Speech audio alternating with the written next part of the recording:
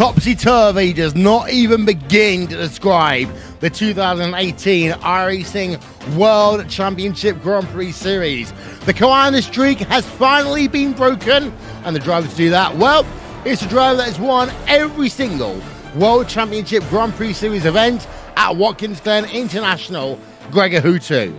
Now we head ourselves over to the track that hosted the first ever Formula One World Championship event on the 13th of May, 1950. Welcome to Silverstone in Northamptonshire, England. They call it the land of the dead, but that's only until Grand Prix cars or other motorsports cars roar into life. It's Will Vinson along with Jake Sperry and Jonathan Simone. Track temperature right now is 71 degrees Fahrenheit as we are ready for qualifying. There is clear skies and winds of 9 miles an hour. And well, after what we saw last time out, Jonathan, this could be a very interesting qualifying. Yeah, certainly looking forward to it. Welcome, everybody. Martin Kroenke leads the timing screens, followed by Josh Rogers and Berryman. Hutu yet to set a lap time here. Our winner from last round, his first win, Will, since 2016. It was over a year's drought. I never thought I'd ever say that in Gregor Hutu's career. Yeah, Martin Kroenke is not yet on track. We're going to give you actually, though, the lap times as they are so far. It is Kroenke leading over Rogers, Berryman, Ellis Jr. and Jensen. They are your top 5. Freddie Rasmussen is back, and he is in P number 6. We see Kevin Ellis Jr. then going all forms of wrong down at Bridge Corner. On board with the driver of Matt Backham right now. Here, Jake even, as he works himself towards Luffield Corner, double apex right-hander, and Max Backham is looking to get himself back on track. Well, he needs to. He had a very good race, but an abhorrent qualifying, and he's only in 7th position as things stands in this qualifying at the moment, behind the lesser-spotted Freddie Rasmussen when it has come to this series. This is final opportunity, though. Through Copse Corner, he looked absolutely on it as he now heads through the Maggots and Beckett section, always just slowly bringing the pace down to 200 kilometers an hour, and even slower through Chapel as now you pick up the power, look for the hanger straight, and Matt Backham needs to find some semblance of speed. Gregor Hutu moves into the top 5. He does. He is 2 tenths of a second behind Martin Kroenke right now. Matt Backham, we stay on board of him into Stowe Corner. That is, of course, the famous corner of Michael Schumacher's crash in 1999. Just saw, actually, there's a brand new exhibition in Cologne in Germany, which has got all of Michael Schumacher's cars over the years. Go and check that one out if you get the opportunity. Matt Backham, though, into the Abbey chicane. He was miserable there, Johnny, through Club Corner. Yeah, this car looks very tight at the moment. It looks like there's a lot of understeer. You can hear the tires screeching through every corner. And you know when that happens, it builds up a lot of unnecessary temperature. It ruins a lot of the grip there on those Pirelli rubber. Here they are through the final corner here through Luffield. Well, second to last corner. Then you have Woodcote, which really isn't a corner. Full throttle right-hander. Can he improve from his 1:21 across the line? 1:21.0. And those 3/10 there, Will, that car looks very tight for Mac Backham. He's going to start no greater from all the way down there on the 5th row. Another bad qualifying for Matt Backham, Jake, and he's talked about that before. That's the one thing that's harming his shot at a championship here. It is, and track position so vital. Yao Vaz, look at how good he's been in qualifying. He's up into 7th position, tied on times with this man in the number 12, Marcus Jensen, rounding the final corner for his final lap. His teammate is a full 1/10 of a second quicker than him at the moment, and on the front row of the grid, he crosses the line and does a 1:20.820. Jensen's up to 3rd. He is. What a qualifying there by Marcus Jensen. Guillaume Verges moves himself up into the 20th position. For the time being, as we now go on board with Peter Berryman, number 69 machine there, Jake, as he works himself through the Abbey chicane. And Peter Berryman, currently the fastest man of the Apex Racing UK drivers, had a fantastic showing at Watkins Glen, got himself up onto the podium, and certainly has a very high amount of race pace, and he's looking to usurp that here today. He's currently in 4th position. He's got to get past ex-teammate Marcus Jensen, Josh Rogers, who has been fantastic so far this season, and the reigning champion twice recurring, Martin Kroenke. Here comes Berryman to the line. He was a little wide out of the final corner. 120.811, that's enough for second. Yeah, up into P2 then. So the Berryman up into second place. Here is Martin Kroenke out onto track then, Johnny. So he's got himself a warm-up lap here. This warm-up lap is actually easier than other tracks because you can coast so much around here and not use much tyre temp. And one thing you need to be careful of is the brakes, because there isn't a lot of braking energy at the moment at Silverstone around this circuit. And so what's going to happen is you can cool down in your out lap, and once you start the lap around Copse, the first real braking zone doesn't occur until here at the end of the hangar straight into Stowe at turn 7, and you don't want to have cold brakes going into there, even if it's a slight little dab. That's why it's so easy to lock up here at turn 8 where Vale is. Yeah, we're looking though at Mitchell de Jong. He is on a lap right now in the number 24 VOS Coanda SimSport machine through Bridge Corner in Chapel. Good run right now for him. Mitchell de Jong, he's down into 11th. He needs something out of this lap. Through Luffield then, for what will be his final time in qualifying past start finish line. What will it be for Mitchell de Jong? A 1:20.975, only P6 there, Jake. That is not Mitchell de Jong at his finest at all, and he's got drivers like Gregor Hutu out on a lap as well. Hutu, who's had a qualifying crux as well so far this season, has only just at Watkins Glen been able to break that crux with arguably, you could say, the final skeletal remains of a red line team that has lost quite a bit of its dynasty over the last couple of years. Into the Abbey chicane comes Gregor Hutu, trying to get the power down using all of his road tax as he makes his way to Bridge, and trying everything maybe to get something to work in his favor. This is a slightly higher speed section of track, so maybe it's that last sector where Gregor Hutu's setup that we traditionally see of Redline starts to come into his own, and he rounds himself through the final corner, looks to push over to the line. 120.789, the time he needs to beat 0.2 of a second. He does a 120.809. No, he's 200 slower. He's second. He is second by 2/100ths of a second then, after all is said and done. So Martin Kroenke looks as though he may well have pole position in the bag. Hutu does get himself ahead of Peter Berryman by 2/1000ths of a second. And check this one out. In the space of 15/1000ths of a second, you've got Gregor Hutu, Peter Berryman, Josh Rogers, Marcus Jensen. That is incredible to see as we go on board then with the driver of Martin Kroenke. 120.985 in towards turn number 1. He comes right now, slows it down. He's done his qualifying laps. He is done. Most drivers are done. Kazuki Umeshima is on a lap right now, but he's slow through Bridge Corner. He will not get a time in here.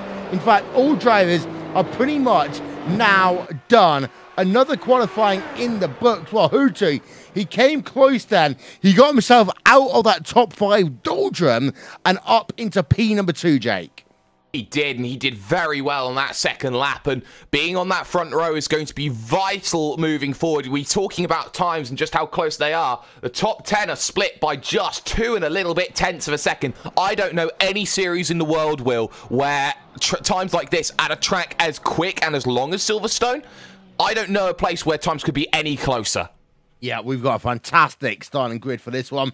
As Johnny, let's run through your starting grid, your final race results even from qualifying, because it is the case of Martin Kroenke getting himself pole position by 2/100ths of a second over Gregor Hutu, who in turn is 2/1000ths of a second faster than Peter Berryman.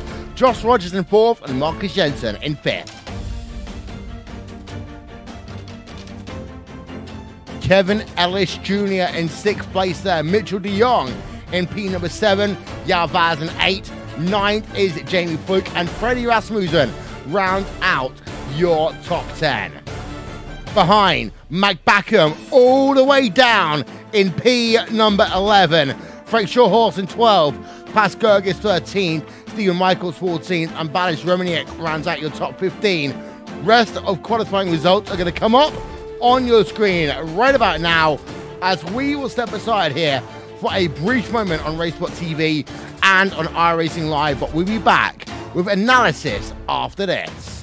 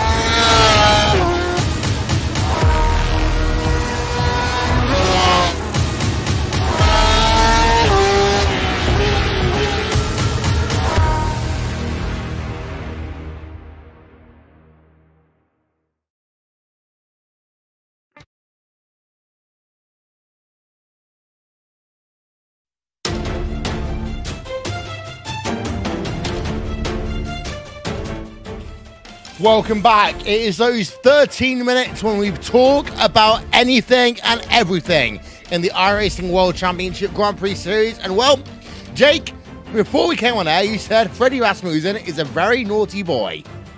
But he can be at times, and I think that's something that Freddie has to improve on in terms of his character and his personality. I think that the way that he left the series for a few races after Phillip Island, I really think that didn't sit well with not only the stewards, but I don't think it sat well with a lot of the drivers either. Freddie Rasmussen's got to go a long way now to gain that respect back that he once had when it came to his iRacing championship runs.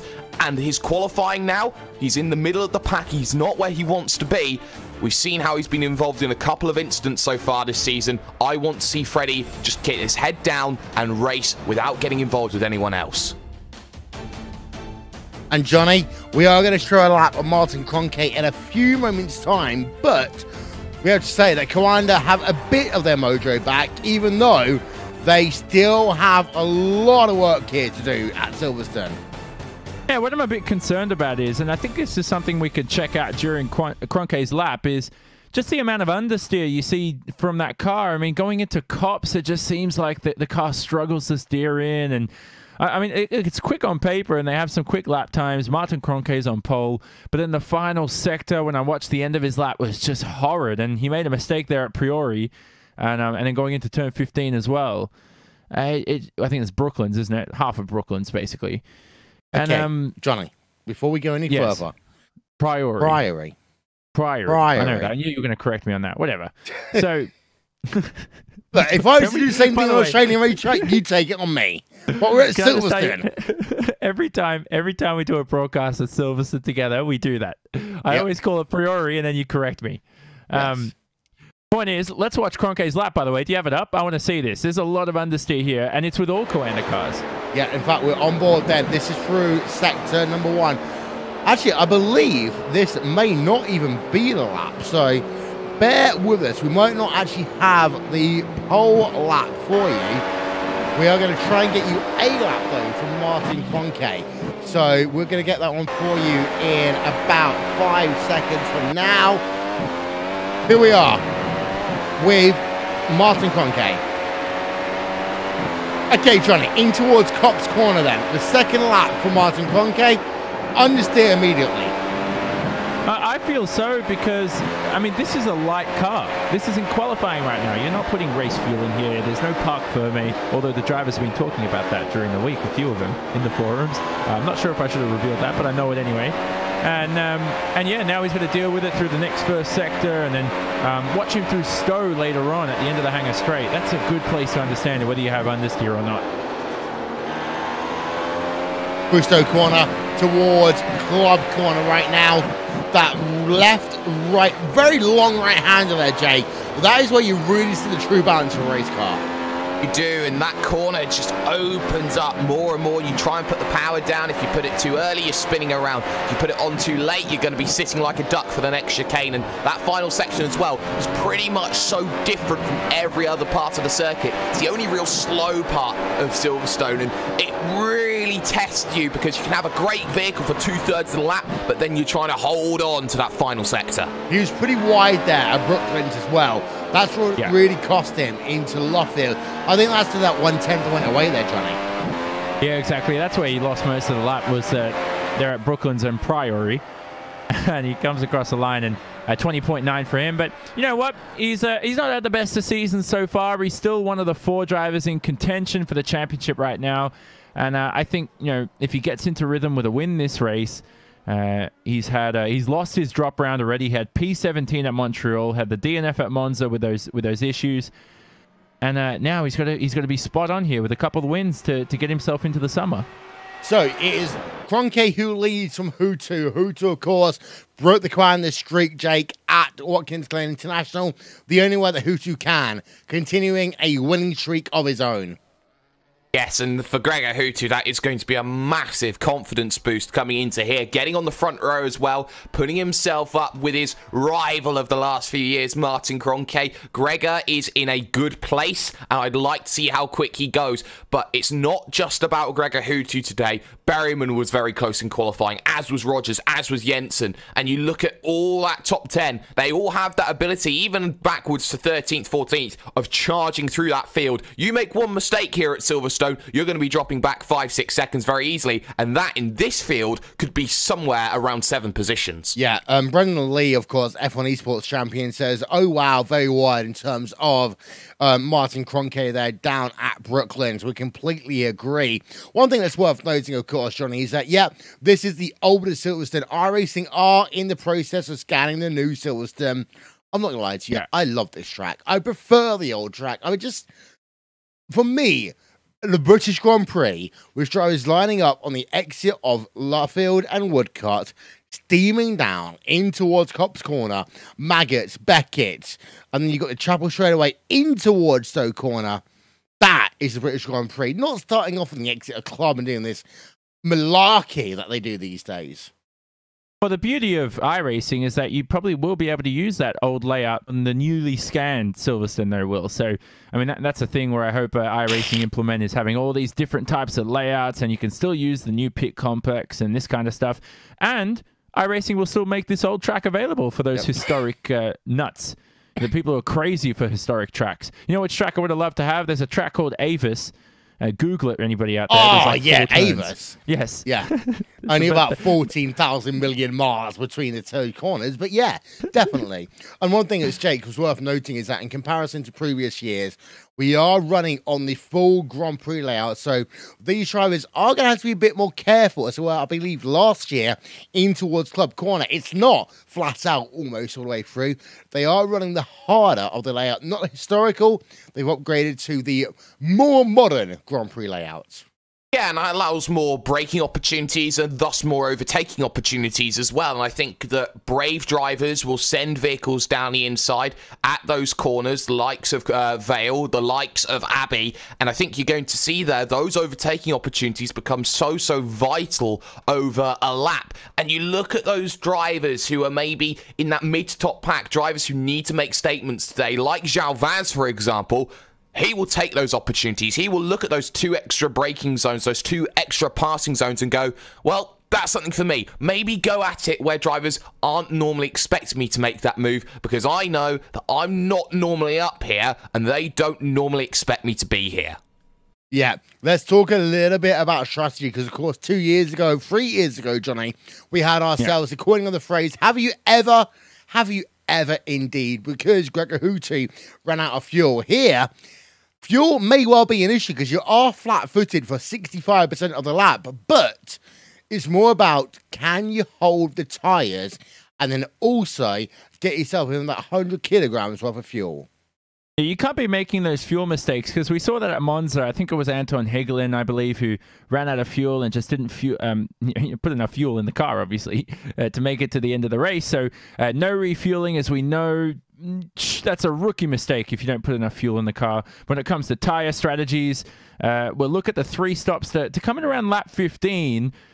If you can stretch out the first stint to about lap 19, expect people to make this a 2-stop race. And that's what's critical to look out for as well. Lack of braking zones too. So that's something else as well. We see this is a much similar track to Watkins Glen. And I'm not surprised that Gregor Houtu's quick around here. And if, well, it does go to the final lap, who knows? There could be a lot of screaming, a lot of shouting, and a lot of broken headphones. Who knows? I don't do screaming anymore, but broken headphones might still exist. So I will ask you 2 questions here, Jake. Who's going to win here today? And also 7 or 8? I'm going to say that Peter Berryman is going to pick up his first race win of the season, and I say 8. Johnny? I don't fancy betting against Kroenke again. I think Gregor Houtu could get it done today. Okay, and 7 or 8? So what was the next question? Sorry. 7 or 8? I'm just going to say 7. I hope. Okay. I don't even know what I'm voting Jake's going for 8. Johnny's going for 7. I never make bets, as anyone over knows, especially on a live broadcast. But the situation in terms of qualifying is as stands. Martin Kroenke has got pole position by 2/100ths of a second, but it is close. Peter Berryman, Apex Racing UK in 3rd, and this is a track where Apex are historically good. Josh Rogers and Marcus Jensen in 4th and 5th. Burst eSports, we know they are very similar in terms of their strategy to Apex, and they can also be a big shot. Kevin Oshuni in 6th, Mitchell de Jong 7th, João Vaz in 8th, Jamie Fluke in 9th, and Freddie Rasmussen rounds out your top 10. We will take a quick break here on RaceSpotTV and then iRacing Live to get you ready for this round of the iRacing World Championship Grand Prix Series from Silverstone, England, in the heart of Northamptonshire, as we'll be back in just a few moments' time.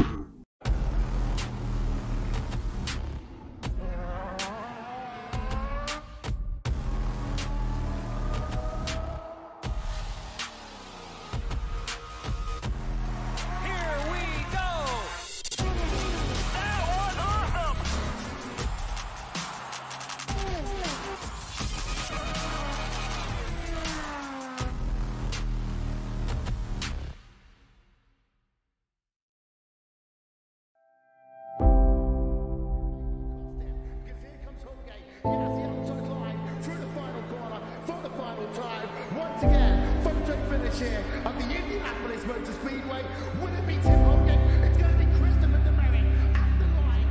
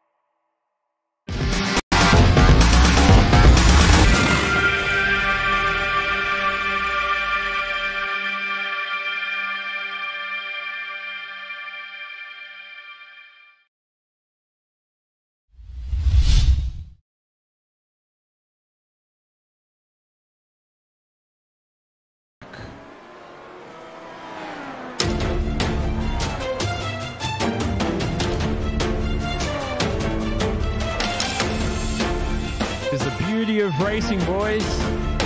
Back into it. Well, that was Johnny Simone then, telling you that we are back in the community of racing as we welcome you to the iRacing World Championship Grand Prix Series here from Silverstone. Welcome to Northamptonshire, welcome to England, and welcome to the iRacing World Championship Grand Prix Series. We are here. We are live as qualifying is already in the books, and well, practice in terms of that, we've got 4 minutes of that left to go as it's Will Vincent, Jake Sperry, and Jonathan Simone. And Jake, this is going to be good. Oh, you bet it is. You've got title pretenders looking to charge through the field. You've got the two greatest iRacers in road racing up at the very top of the field looking to duke it out. And you've got everyone in between looking for a slice of the pie. This is a circuit over 17 turns that looks to try and make things work. 60 laps today and 60 laps of pure, flat-out pace. Hello to everyone joining us on Facebook Live. 308 kilometers here today. 60 laps, Jonathan, as this track, well, it's warmish, but it's got a little bit of wind to it. Yeah, that can make things difficult, especially through the high-speed sections of the racetrack. But looking again at the 2 to 3 stop range, as we always see this season, which should make things a lot more interesting than the past when we have those 1 stops here at Silverstone. But again, aero balance so critical today, especially through the high-speed sections, like we said, because of the wind. You talk about as well, this is a lot more aggressive of a track than Watkins Glen a couple of weeks ago. So some of these teams may use a sort of similar setup base to Watkins Glen and maybe adapt on that just quite a little bit, of course, as well. Most importantly, though, Will, is this is not much of a braking circuit like we spoke about in qualifying. So drivers who are really strong on the left foot may struggle at Silverstone, and you may see some drivers who struggled at Watkins Glen also transfer over to here. Yeah, thank you very much to Isman Ballard, TrackCam22.com, Andreas Warner and One Design via Overlay, Simon Grossman, Engineering.com for overlay development, and live timing and scoring with Nick Thisson. We'll see that one from lap number 2 of this event. Well, Jake, we are currently 2.5 minutes away from qualifying. Will Quonke win here today? Well, I personally don't think he will. I've seen Martin Kroenke at the front twice this season and have some very, very unfortunate things happen to him. Martin needs this to be his race. I'm not sure, though, it is going to be. The best place for Martin Kroenke to start his pole position. He is the toughest driver in this field to beat when he starts from position number 1. But as we all know, a few years ago, Gregor Hutu ran out of fuel on the final lap to guess who? Martin Kroenke. And I think that for Kroenke, it's a must-win race for him today in terms of his championship. He didn't have the best showing at Watkins Glen. He has to bounce back, or his title challenge could be up in smoke. Yeah, of course, though, Johnny. We've got ourselves a couple of Apex Racing UK drivers and a couple of Burst eSport drivers inside your top 10 here today. Could either of them snatch a victory? The younger you are, the more inexperienced you are, and also the more nervous you are. And who knows, one of those drivers who are inexperienced could have some secret speed. Maybe Jamie Fluke from P9 on the grid. Who knows? He could have won the Monza race had things gone his way if he was pretty quick, but obviously involved in an incident. And can I say, Will, the last thing is, warm-up to me as a driver was always the most nervous part of the weekend. You know, the race starts, the race start. I was always adrenaline pumping through the blood, and I'm ready to overtake, and I was very cocky through starts. I always thought I was the best starter out there on the grid. That's the mentality you have to have. Qualifying, yeah, you're always a little bit nervous, but it's warm-up that gets you. It's quiet, fuel's on board, get used to the car, and it's all a little bit of a bit of an anticlimax in the end because the race starts only a couple of minutes away. Yeah, that was basically a shout out to Eurosport and Le Mans. I'll tell you one thing. We talk about the difficulties of using the magical yellow pen here in the iRacing World Championship Grand Prix Series. We have to give more training, I believe, Thomas Christensen, because he really did just struggle there on Eurosport. But in terms of our race here, the iRacing World Championship Grand Prix Series, the month of May is over. We are hard now in the month of June, the second race in the month of June. And of course, yeah, this is a famous week of motorsports, but Silverstone is famous in its own right as well. Qualifying is in the books, and here is your starting grid for this round of the iRacing World Championship Grand Prix Series, which is not going to show for you just yet, so I need to now just delay for a little bit.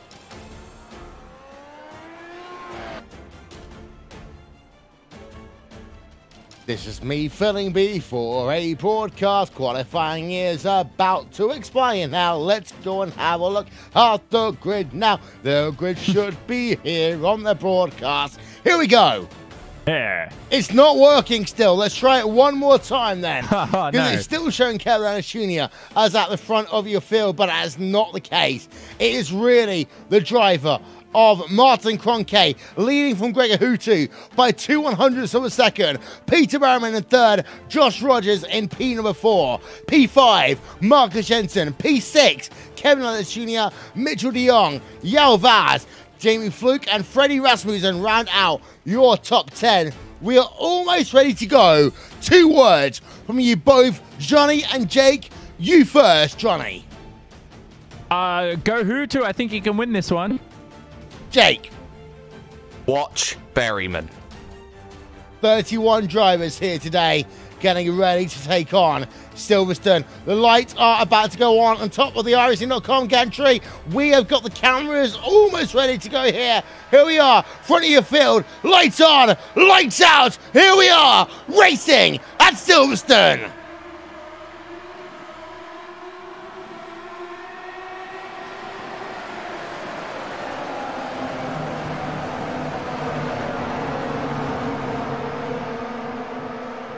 One driver off early on, but here we are. The drivers going through Maggot, now into Beckett for the first time. And Kroenke does continue to lead the way out front as they now come down the Chapel straightaway for the first time. One driver pulling to the inside, and that is a very fast Burst eSports car there, Johnny, as he looks to make up positions. And look at Mitchell de Jong around the outside. He's had a tremendous start from 7th on the grid. The top 4, though, remains stagnant. So Mitchell de Jong now climbs up to 5th. Important start for the man who's biting for his first championship this year. Yeah, he is indeed. And Mitchell de Jong, of course, is desperately trying to find his way through. Mike Backham, of course, started at 11th already, Jake, up into P number 9, right on the coattails of the number 46 machine there of Yao Vaz into Bridge. Oh, he tried, but he didn't quite find it, and now looks to the inside at Priory. The nose not quite there to make the move, and into Brooklands, unable to make the move. Shotos has a look behind. He makes contact with the apex machine of Fluke. He's around, and we got one up over the roof. That's Higeland, who had a poor qualifying, and there's two out almost instantly as one takes to the grass. Let's try and get ourselves a replay of that one for you then.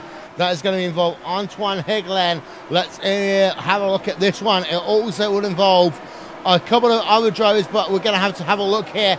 Antoine Higeland on board with him. Ooh, that was close then, in towards Brooklands, but then he gets tagged behind by the Orion Racing car, Jake, and that is it. Game over for him. It's just that bottleneck that happens once you see one vehicle off. Everyone checks up and slows down, and it's almost like a car crash in slow motion a little bit there. Antoine was desperately unlucky. It will hurt his prospectus looking for a top 5 in the championship, but that be racing. So continuing on, your top 3 remained unscathed, your top 4 remained unscathed. You've got De Jong up 2 at the moment. You've got Backham currently up 2 as well, but right now it's about calm your nerves. This is where you just get into the rhythm. You look at 60 laps and you go, okay, let's get 20 in the books already. Yeah, indeed so. So, having a look then at your battle out front, it is Concave from Hutu, from Barrowman, from Rogers, from De Jong. Want to pay a little bit of attention to De Jong right now, because of course he's in the hunt for the championship lead here, Jonathan. But he needs to get early positions, because otherwise Concave and Hutu will put away, and that will be points lost here at a stage of the championship that you cannot lose points. No, exactly. He's only 2 points away from the championship lead, so it can go to show that if that's the final round, this can go down to the wire.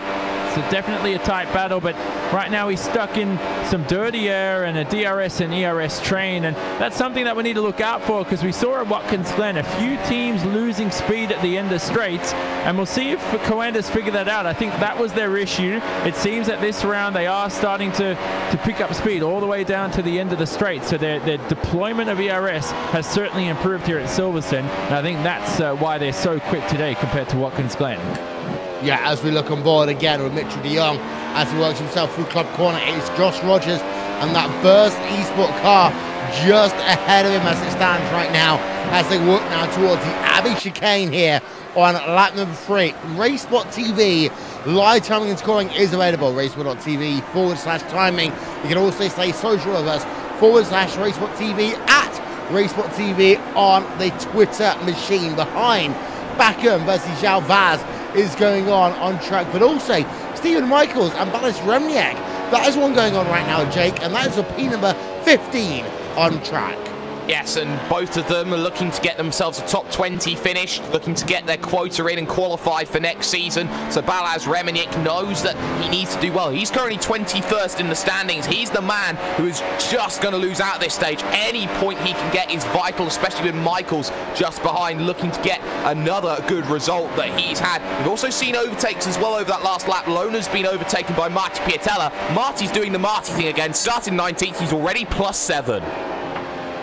Is Marty Piatella at his absolute best. That's the thing. We talked, there's been many people over the course of the weekend, Jake, talking about Toyota and 3 drivers in 3 teams also for the Le Mans 24 hours, and saying you need one to crash, one to have technical difficulties, and one to just be that driver that brings it home. If you're going to take this series and put it into endurance racing, Marty Piatella will be one of the top drivers in all the sim racing.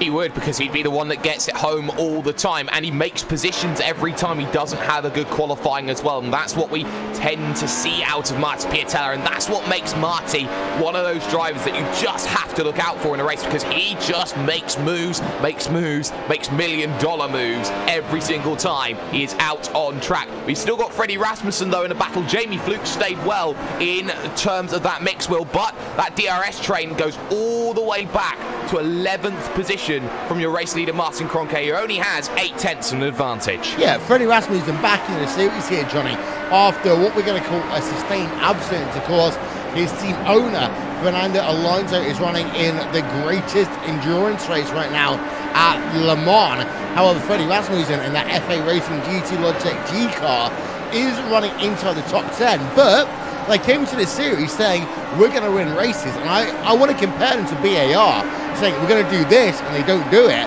But actually, P number 10 on your return race, not good enough right now for Freddie Rasmussen. He's got a lot of work to do. Yeah, he does, but again, you know, high workload. I think Jake and I spoke about it off air as well. He's got a lot of things on his plate in 2018, and that's something that makes a huge difference, is how many cars are you driving, how many series are you dedicating yourself to. But look, if he has the time to even race just half the races in the iRacing World Championship Grand Prix Series and does them well, we'll take that. You know, he's definitely not going to win the championship at this stage. He's too far behind. But he's doing well, and Fernando Alonso, by the way, you know, he's slowly turning himself from a businessman into a businessman. Yeah. Oh, there will be some people, though, Jake, who talk about drivers doing a part-time schedule in the World Championship Series who are not happy about that. I know ERT's Brenton O'Brien was livid about it, and there's a couple of teams saying, wait a minute, we would have done it all the entire season. Why are these guys being able to pick and choose how many races they run and basically almost try to just keep in the series?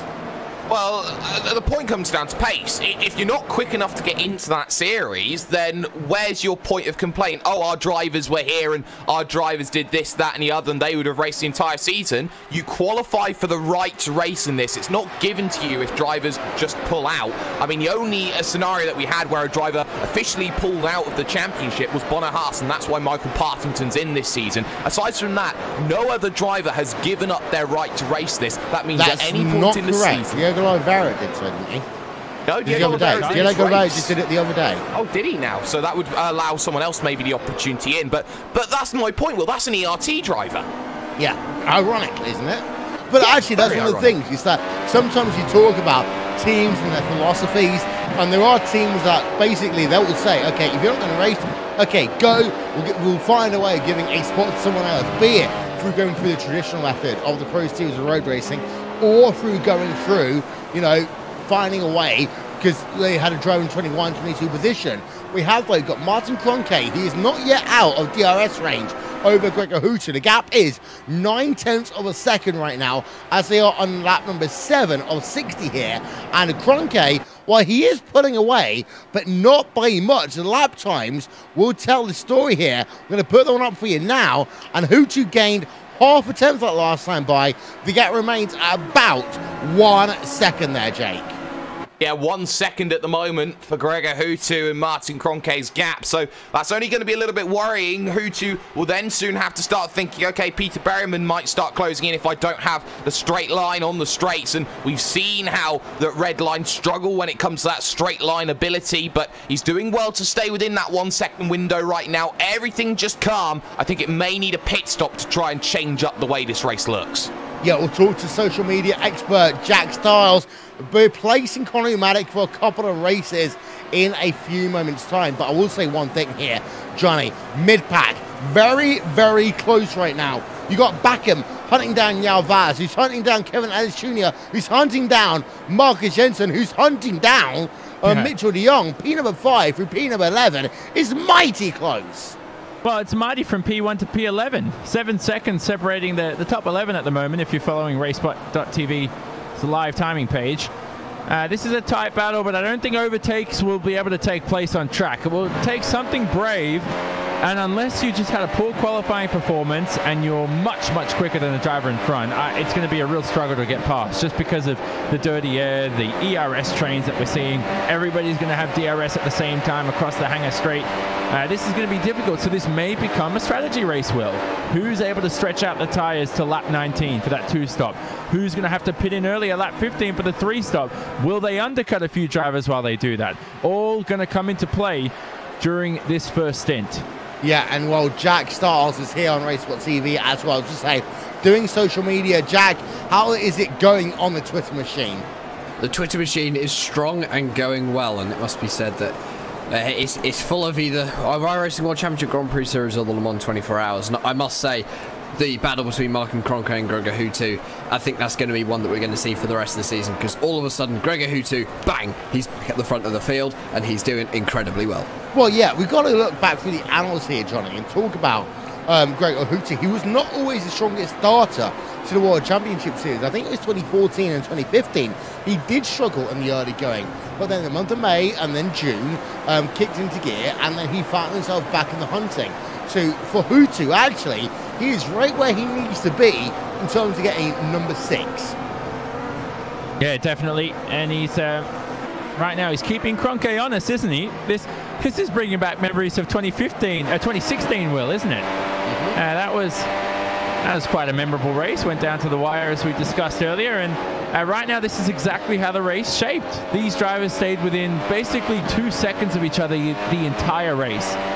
And right now it looks to be that way. And Kroenke just can't break Hutu out of DRS range. You have this DRS spot here on the hangar straight, and then you have on that next straight on the run down to Abbey in a few corners time, but they're just very difficult overtaking spots. So this could be a race of strategy, or it could be a race of someone running out of fuel on the final lap again.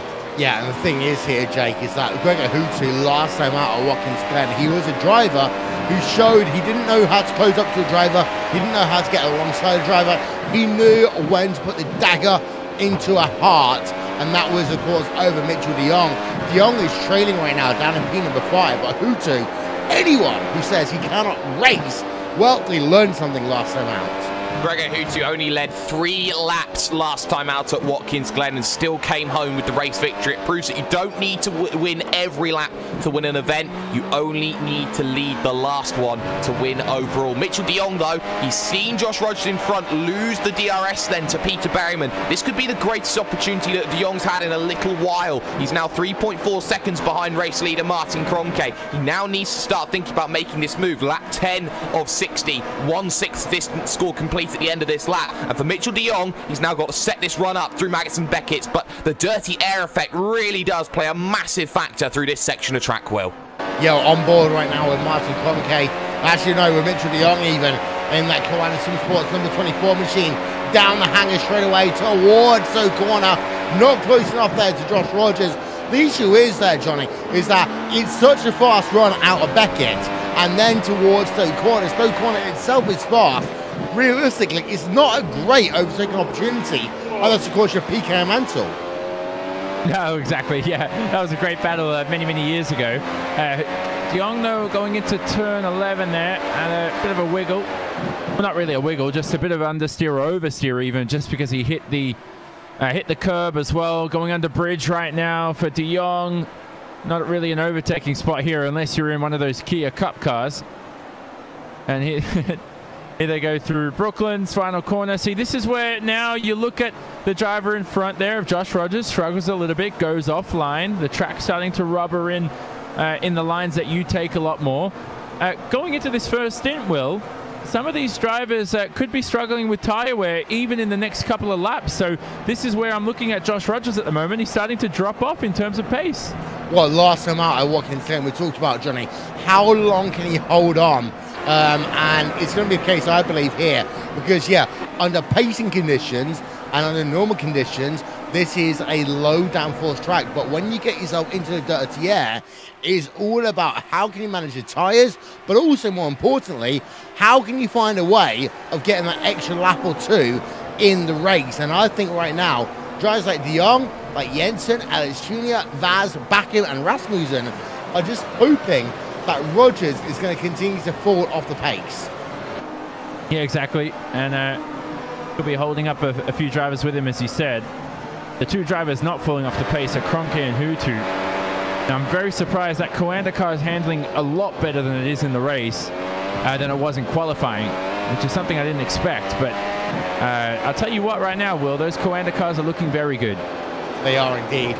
But Hutu looking strong still in second place on track. So on board with Josh Rogers there in the Hyper number 92 Burst eSport machine. Back down to the rear of your top 10. Let's have a look at Freddie Rasmussen, Jake, because he is on the rear of Matt Bakken. The gap between himself, Freddie Rasmussen, and your race leader right now, is not that big after 10 laps of this race score complete. Only 8.8 seconds.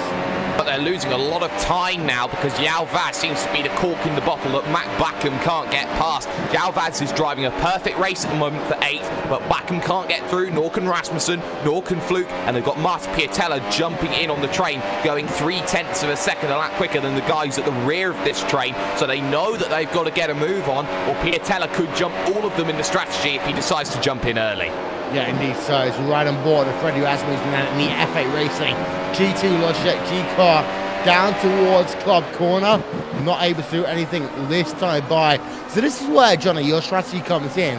The 3 versus 2 versus 1 strategy, because a driver like Freddie Rasmussen could try to go into a free stop. It will be very risky, but they might think we're being held up right now.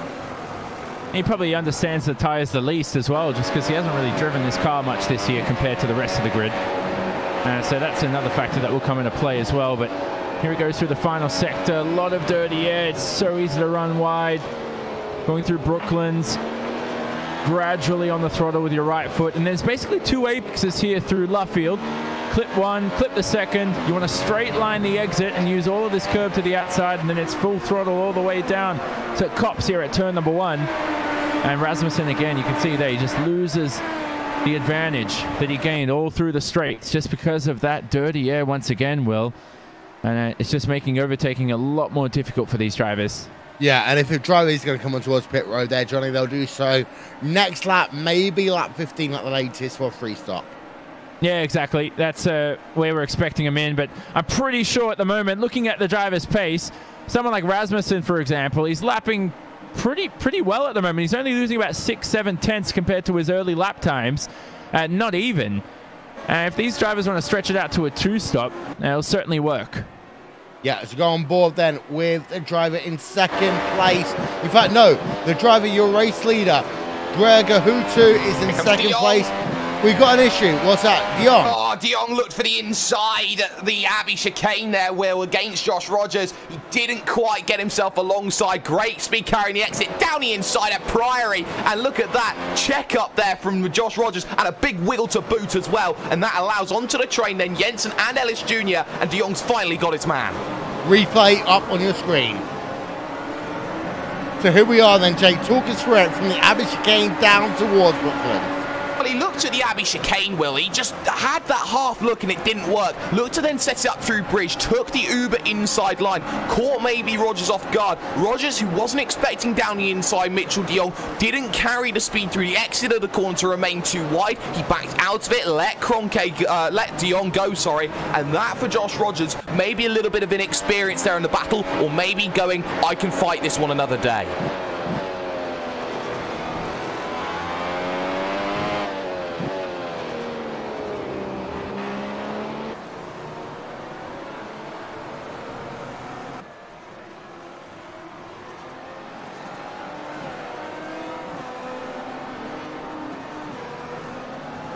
And that, of course, is a big boost there, Johnny, between himself and Peter Barrowman in the Apex Racing UK car. Yeah, definitely. The one thing I'm looking at with Rogers now is he struggling with the tyre wear? His lap times aren't too bad. Or could it be an ERS issue? Is he deploying ERS at the wrong points? That's something that you'll struggle to change during the race. That's something you need to set up during the event. But right now, Rogers looks all over the place. And that car isn't... It's really a handful at the moment to drive towards the end of the stint. Yeah, out of the final corner, De Jong versus Barrowman this time by. We'll see the lap gap in a moment's time. And Mitchell de Jong will do himself a lap time a half a tenth faster than Peter Barrowman. We are, though, going to go on board with 2nd place driver. This is Gregor Hutu. He's closed up to 8 tenths of a second behind Martin Cronkey. This is RaceSpotTV Fan Immersion.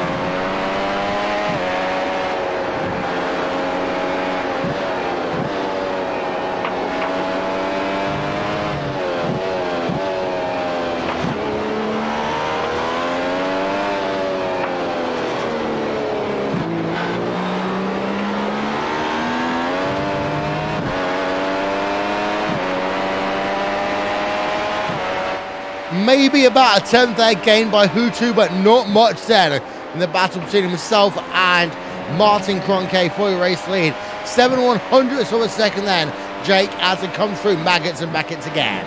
Well, 7/100ths of a second doesn't mean much. It brings the gap under 7/10ths of a second for just the second time this event between the pair. Really on par between them, yin and yang, tit for tat, lap on lap. And what we see then is that Gregor Hutu can run with Martin Kroenke, and we saw what Hutu's strategy was at Watkins Glen. Will run a lap longer, go for the overcut on the fresher tyres, and try and make the move. I wonder if it's the same strategy here today.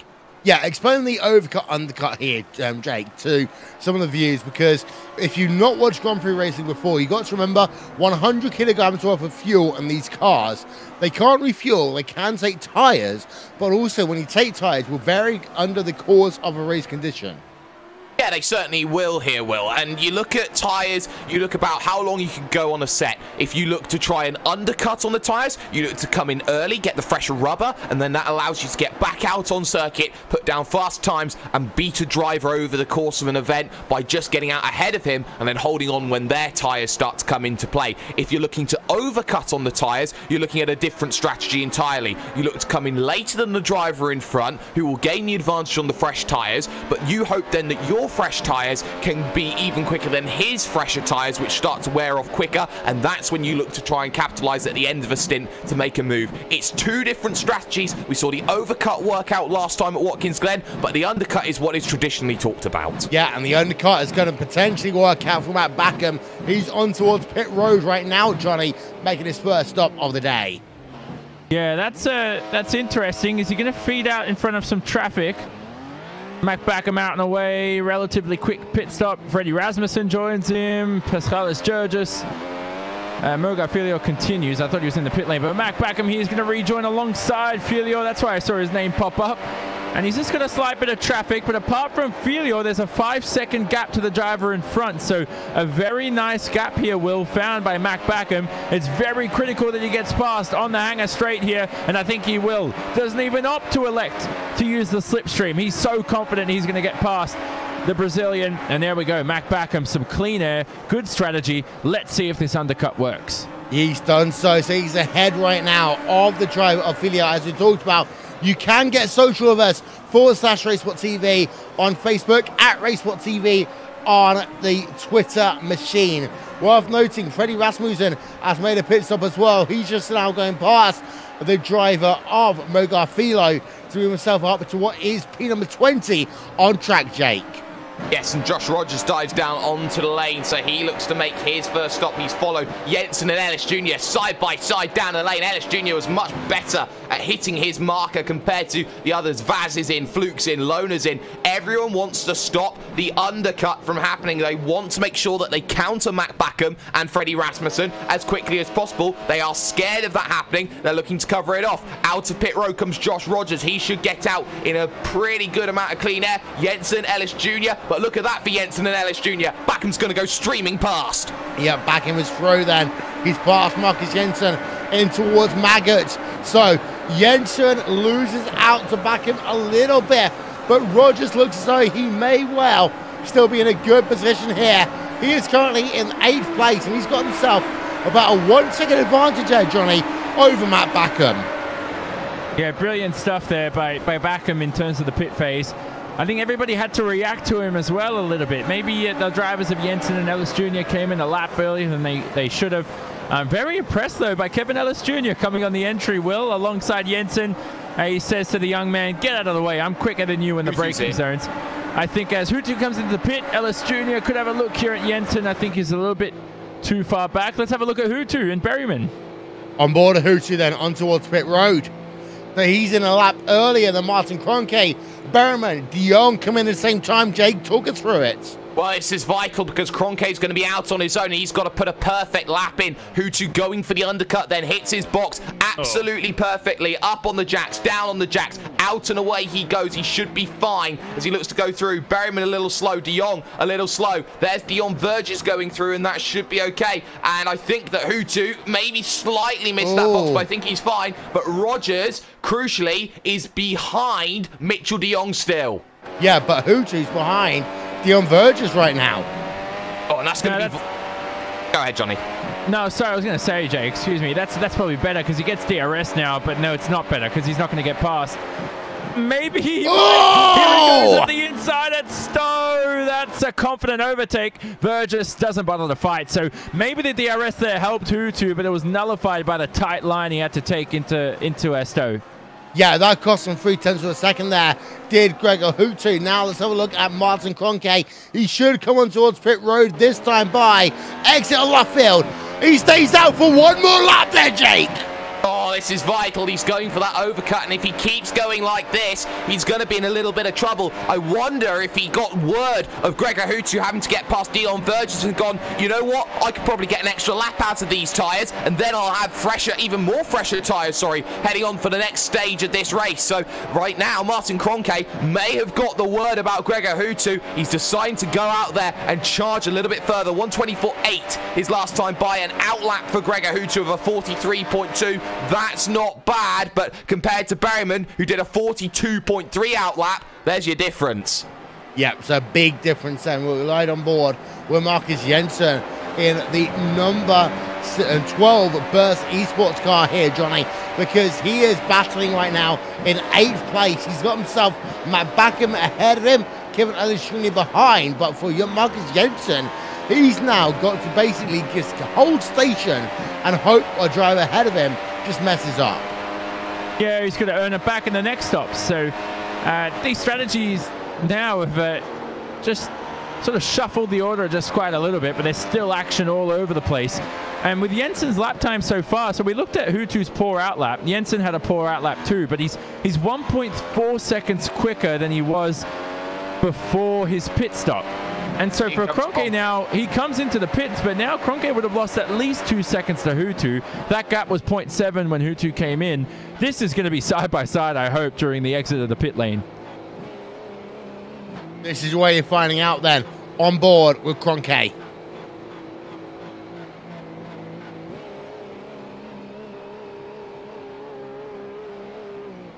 Into his pit box. Buell is going in. He's out and away. 4.2 second pit stop then. Hutu is ahead as it stands right now. Hutu is leading this motor race by how much? 1.8 seconds. Hutu is ahead there, Jake. Hutu's ahead, but for now, Kroenke is head down and looking to get this first third of a stint working the way that Martin Kroenke knows how. Put the power down, head down, get back past Gregor Hutu. Easier said than done? Yes, I would say so. But right now, Coanda find themselves in a little difficult situation. A couple of drives have just fallen out. Technical issues have happened for Marty Piatella. Tommy Erskard has been involved in an incident. He's out of the event. So right now, Coanda's dropping 6s and 7s, and for Martin Kroenke, he knows that he's got to chase down Hutu and for his championship as well. Yeah, top 8 then along the bottom of your screen. We're going to take a quick break here on RaceSpotTV and on iRacing Live. We'll be back with more after this.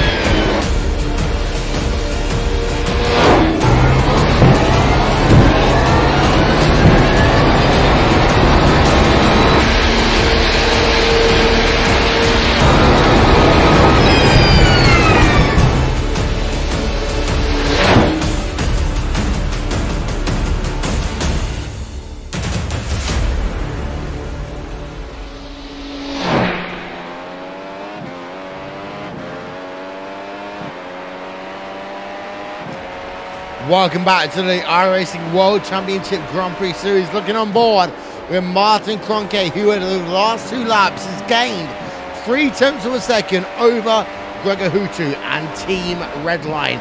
A couple of interesting points to note. I'll come to you in a moment, Jake, but first of all, Johnny, we did have Jorn Jens, who was a little bit slow at pit road. Yeah, well, he was trying to defend Kroenke. I think that's what he meant. He was a little bit slow out of pit road.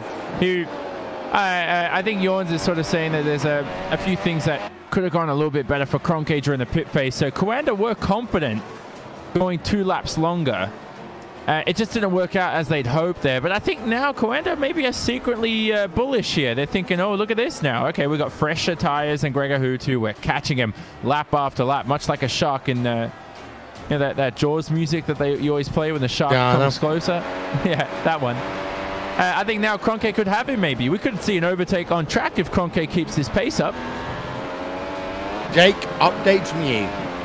Well, we've seen Balaz Remnik also fall out of this event. That was on lap 17 of this one. I'm just trying to get an eye out for where that incident happened. It didn't happen down into Stowe Corner. It happened a little bit later. He was side by side with Michaels, and oh, he had a wicked bit of oversteer coming out of the Abbey chicane, and he goes straight sideways into Ilkka Harpala, and Harpala then gets a little bit worse for wear. He had a slow stop as well, did Harpala, so that's why he's maybe a little bit further down the order than he would have liked. He's in 19th position at the moment, but for now, I think the biggest mover over that first pit stop window is Matt Backham. He's up into 6th place, but he was 0.4 of a second slower than Josh Rogers that last time by, who's desperately trying to stay with Mitchell de Jong. Yeah, we'll talk about those couple of guys in a moment's time, because first of all, Kevin Ellis Jr., P number 8 right now, trying to hunt down Marcus Jensen and Burst Esports.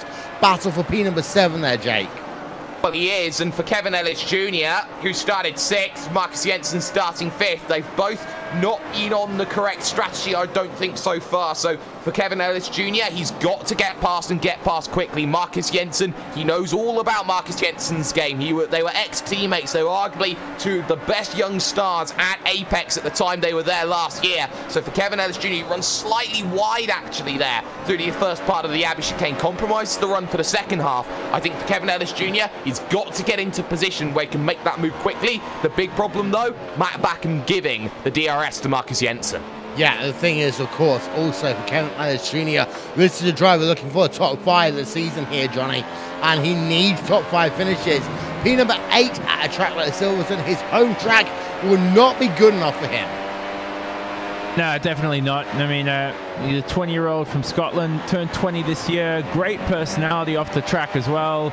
I think he's someone who, if we ever have a drivers association, he's someone who could lead it in the future. He's already pushing for a lot of changes behind the scenes for this series, wants to make it better. He's someone who's an extrovert and wants to push to make things better, like we said, and actually say stuff. He doesn't want to hang behind the scenes like we've seen in the past, and that's sort of been the culture of the series. A lot of our best drivers in this series keep hanging back, not saying anything, never posting on the forums.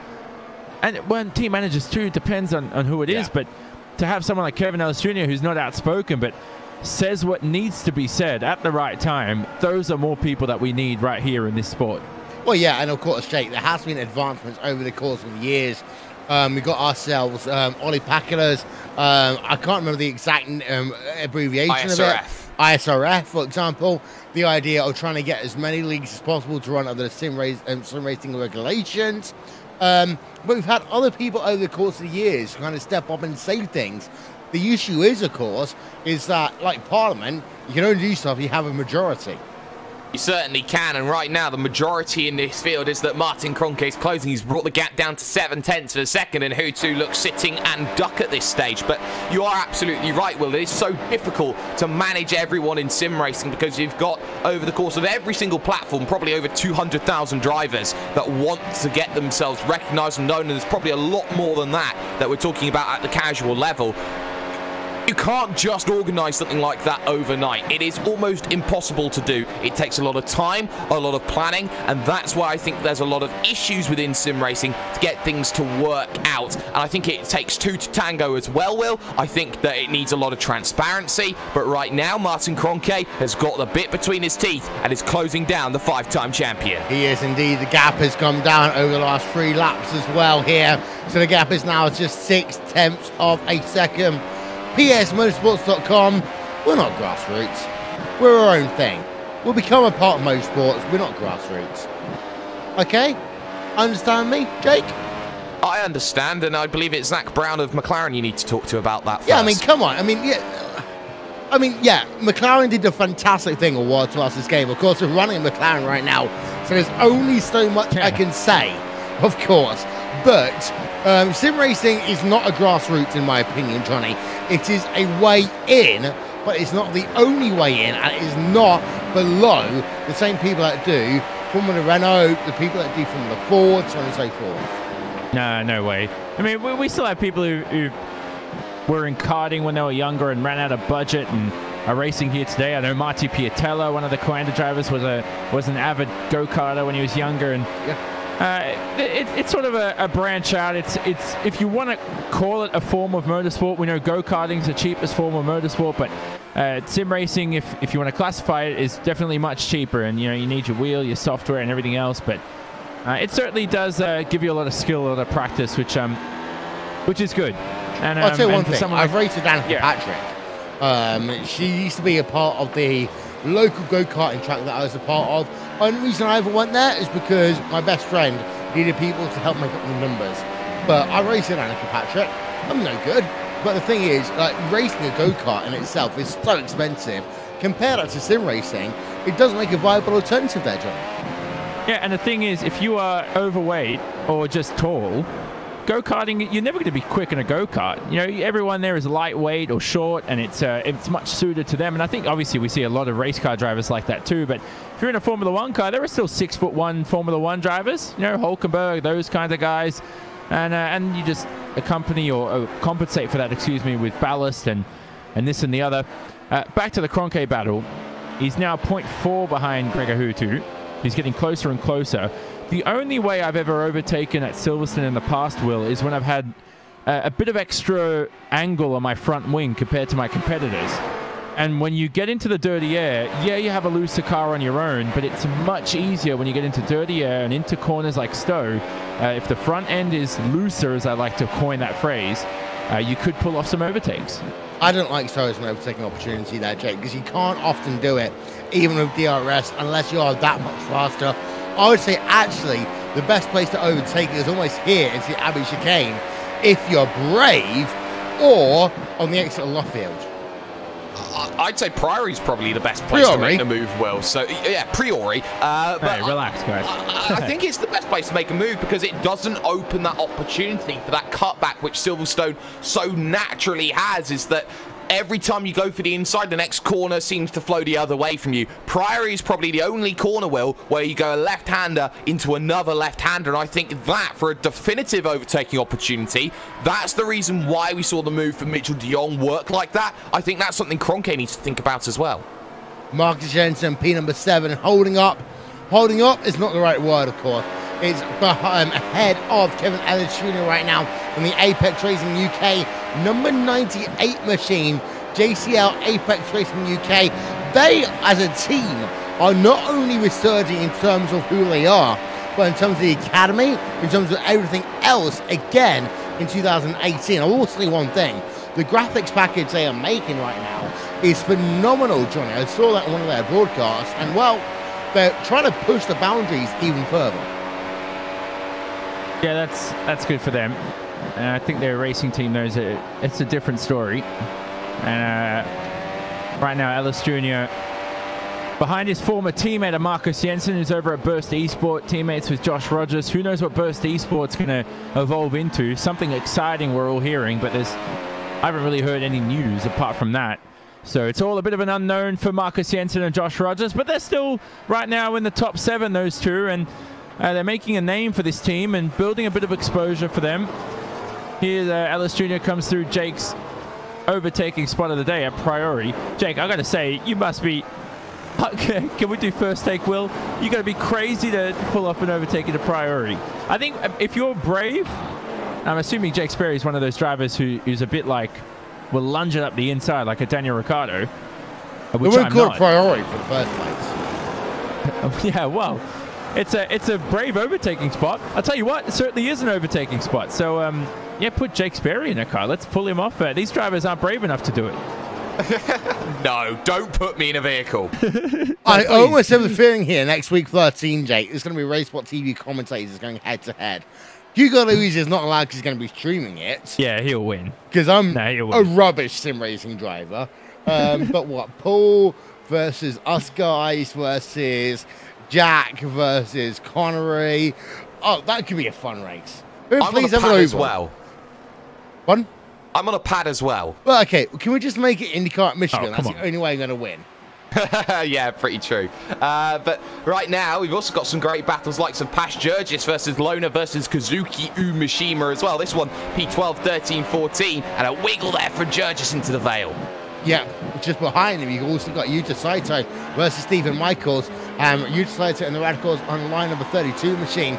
Stephen Michaels in the University of Isabella one positive sim racing car even as they come down into the Abbey chicane as Stephen Michaels right in the rear through that one. Stephen Michaels, underrated driver again this season. Somehow, Johnny always finds himself in a team that's mid-pack but no better. Yeah, he's been in the series for a while, hasn't he, Stephen Michaels? He's still young. It's like one of those guys who was drafted straight out of high school. He's been in the league for 10 years, and you're like, oh, he's only like 21 years old or whatever. You know, he's been in this series for a while. He's trying to find a way past Yuta Saito. Yuta's had a good start to this race. Started 24th, currently in 15th, whereas Michaels has dropped a couple of positions. So at the moment, this is a different form of a race here for these two. You know, Saito's had bad qualifying. He's emerging from the ruins, and Michael's just trying to hold on to the cliff and try not to drop any further. Well, yeah, and pit stops again here, Jake, are going to be in the next 6 laps. Sorry, so Will, go ahead, Saito Jake. Spins. Oh. Saito spins, sorry, Will. Just as we're talking about him. Replay coming up. On board. This is Yuta Saito. And he just gets loose on the exit of Beckett's then into Chapel. 2 wheels on the grass there, Jake, and loops it around. It's so easy to dirty up the tyres, especially with the new iRacing system that you have when it comes to those dirty lines out on the grass. He just gets 2 tyres, there's dirt on those left tyres, and he's trying to go through that left-hander. The vehicle's always going to want to turn on him, and it did. So that's putting Yuta Saito back a number of positions. It happens just as quickly as that will, and you need to be on your toes at every corner, on every single lap. Okay. Greg Ahutu leads away right now by 5 tenths of a second. However, Martin Kroenke is 2 laps shorter on his tyres right now, Jake. So we are entering the second round of pit stops, and this could be like Virginia about 4 years ago when they came out almost side by side. It certainly could do, Will, but I think the thing for Greg Ahutu is that he's been holding that lead, and Kroenke, yes, he got up to that gap. He got to 4 tenths of a second, but he hasn't been able to get past once more. He's got the fresher rubber, yes, but I think still Greg Ahutu's probably most likely going to come down before Martin Kroenke is, and then he's going to try and make something work. I do not foresee an example where Martin Kroenke comes down first. I think Ahutu has to come down first, and then he's got to defend. Yeah, and the thing is for Martin Kroenke is that he's going to have to go about a lap longer and hope that that lap is a lap of the gods there. I mean, of course, Johnny, we know about Bathurst and the true lap of the gods, but Silverstone has produced some fantastic laps over the year. Also, some fantastic controversies, because Michael Schumacher in 1998 won this race on pit road. Here we go. Because, because of a technical infringement. Yeah.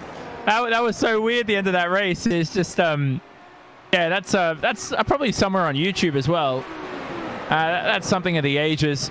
I'm sure, I mean, that's how rules work sometimes. You think you've covered all the rules in the rule book, and then all of a sudden people find loopholes. That's the beauty of motorsport, by the way. There is never a single other sport in the world that I can name that find more loopholes in rules than you do in motorsport. And that's the beauty of why I love this sport. On board with Pas Gerges then, and P number 13 right now in the number 41 machine. Core Sim Racing hunting down Moritz Lohner. One thing we will say, Jake, there hasn't been much overtaking in this event today. We're going to put up the graphic on the left-hand side of your screen for you right now, and you will see, in terms of moves and shakers in this event, well, Matt Backham is up 5 places. We kind of almost expected that. Moritz Lohner is up 5 places. You almost expected that one. Apart from that, no real moves and shakers inside your top 15. Well, except Kazuki Mishima, who's +8 at the moment, has done a fantastic job. Well, he's 14th right now, Will, so I definitely think he is inside of the top 15. Yes, you're right, you're right. So right now, he's got Jurgis in front, who has lost that position the last couple of laps to Moritz Lohner, so Jurgis under a bit of pressure. Umeshima could try and get something out of this one for Radicals Online. A Radicals Online where Kazuki Umeshima is their top driver at the moment. Yep. This is me being blind. I've got 4.75% contact lenses. And Kazuki Mishima is in P number 14. He is up 8 places here today. In terms of people losing positions, Freight Shawhorse, again, Team Redline are losing positions here, Jake. Down 18 places for Freight Shawhorse, although up 10 places with Daniel Bieder and Ricardo Orozco. Yeah, Freight Shawhorse after this event, and that's really going to hurt them, but you see the likes of Ricardo Orozco's done well for Positive Sim Racing to gain those 10 positions. +8 for Yuta, or +6 for Yuta Saito, despite the spin could have been so much more for him today as well. So, you know, everything happens for a reason. And sometimes when you get involved, you don't want things to work out in a certain way. Berriman's been very quiet as well in third, as has De Jong in fourth. But De Jong has slowly been whittling away that gap, or trying to. It stayed at around 3 seconds, Will. Yeah, and the last lap gaps, let's have a look. That over the last 3 laps, it's been about 2 tenths gained there by Mitchell De Jong, number 24 machine. And this is the thing for De Jong right now, Johnny, is that he has to be better than this. This is, he calls it, his only chance to win a World Championship Series is 2018 because of future contractual obligations, and this is his only chance to do it in sim racing. But he's only P number 4 here. He started off well, but he's losing pace a little bit. Well, I think when I was a driver and I was in these situations, I think those 6 seconds were lost because of his poor starting position. And a lot of that time he lost on the first lap. He started in 7th, had to pass all these cars on the lead lap. He already lost basically a second or 2 based on grid position. Right now, 6 seconds behind the leader at this point of the race is not too bad. And he's lapping around the same pace as them. There's going to be no safety car to drag him into the top 3. So this is a phenomenal race from De Jong, and I think if he qualified on the front row, he'd be right in it with Hutu and Kronke right there within a second of them both. If he qualified on the front row. The thing is he didn't. That's the thing for Mitchell De Jong. Yeah. He is down in P number 4. And the thing is, it's concerns of him and Berriman. It's going to take a lot for him to get a podium here. Berriman, actually, Apex Racing UK, continuing with him, Johnny, a fantastic season for them because we don't talk about them that much, but Peter Berriman, another Apex Racing UK driver, doing a fantastic job of getting a podium, and that team is on the up. Yeah, exactly. Apex Racing, you're doing a great job. They're working hard. Berriman sort of, I heard during the week, he's one of the quickest to get used to the car. So he's generally the first in the team who works on the setup. And that's a very good skill to have. If you can have adaptability and consistency and get that going, it really speeds up the productivity of your team throughout the season. It saves stress on other drivers, which is also important. Jensen and Ellis Jr. again close in the pit lane, wasn't that, Jake? You were reacting to that. Ellis Jr. so brave during the braking zone, and they're side by side again going into the box. Well, Marcus Jensen was just so slow, and you see Kevin Ellis Jr. just absolutely perfect with the line. It pays to practice with the line, Will, because you see yourself get into that box. You can save upwards of a second here, and they're side by side off the pit road as well. Hello, Indy, my old friend. Because that's the whole thing we talk about the Indy 500. You've got to be quick in and out as they go side by side right now. As look at that one then, Mark Kevin Ellis Jr. is ahead, but behind the gaggle of cars going on. You've got yourself Jensen, Verges, Rasmussen all in the same zip code here. As here is Freddie Rasmussen. He's now down to the inside and past Dion Verges. Oh, that was a fantastic move there from Rasmussen. He just picked the pocket and went, I've got fresh tyres, get out of my way. I am a man on a mission, and that mission is to help Mr. Alonso in the iRacing World Championship Grand Prix Series. He's done very well, actually, to get past, but he's now got work to do. One lap only. Remember, Rogers and Backham are still yet to come in, and they're just going to be losing time more and more and more. De Jong stays out, Berryman stays out, and Rogers dives in, but Backham stays out. Yeah, on board with Rogers then, on towards pit road there, Johnny. Yeah, exactly. This is around the time you want to make that last pit stop for the two-stop runners. So definitely everybody on a two-stop at this stage. Nobody out there today, I don't think, will be three-stopping. So quick pit stops, hopefully, for the bunch. Fluke is in. Yao Vaz, who's having a tremendous race, isn't he, Yao Vaz? And Moritz Lochner for Team 33 also in. Let's see how quick these pit stops are. And away, 4 seconds there for Josh Rogers. Back out onto track. There's two ways of regaining this, regaining yourself onto the track even, and Rogers takes the easier line. There are two different options, of course, there, Jake, and that's basically more for GT cars when they're in battles with LMP ones. Yes, that's certainly true, but look at how that's held up Marcus Jensen. It's allowed Rasmussen to just close up onto the rear, and he'll be looking for an opportunity maybe down the inside on the brakes. He thought about it, but didn't quite get close enough to make that move, as Jensen did very well. Having Josh Rogers there as a little bit of backup and security, but crucially enough, Kevin Ellis Jr. has jumped the train, and he's deciding, you know what, it's time to go for the pot of gold at the end. Okay, let's talk about FA Racing GT Logitech G for a moment here, Jake. P number 10? That's not what they're looking for, is it? No, it's not, but Martin Kroenke, more importantly, is down on the lane and down early, looking to get the undercut. He only went, I think, about 18 laps on this set of tyres, and he's going to have to go 22 on this one. Martin Kroenke has forced Gregor Hutu's hand. Hutu's got to come in. De Jong has stayed out. Berryman's come in with. Yep, so Kroenke is out. Thing is, of course, Kroenke had a shorter middle stint then, so this might still help out Gregor Hutu a little bit. Hutu, though, does have to come on towards pit road this time by, realistically, Johnny, if Hutu is going to keep the race lead. He has to. I think Kroenke's proven that on fresher rubber, it's almost impossible to overtake today. And so Hutu now, he comes through the Abbey chicane, under the bridge, has to make sure he pushes now. This is where you're going to use as much of the tire grip as you have left. Don't overdo it. Through Priory, whatever. Priory. Now through Brooklands, Priory. Comes through the final couple of corners. Let's see if he pits here. Through Luffield, he has to make sure he takes a tighter line. Don't go too wide, and then on the throttle hard. Perfect timing for Hutu. This is going to be a tight battle. This is essentially for half a hand on the trophy. Well, he's on towards pit road. Let's listen in.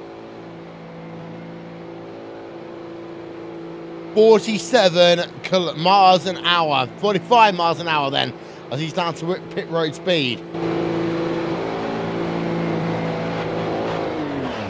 Here he is. 4 seconds is what he needs. 4.4. That's long there for Gregor Hutu. Where is Martin Kroenke? Kroenke may well be ahead. He is ahead.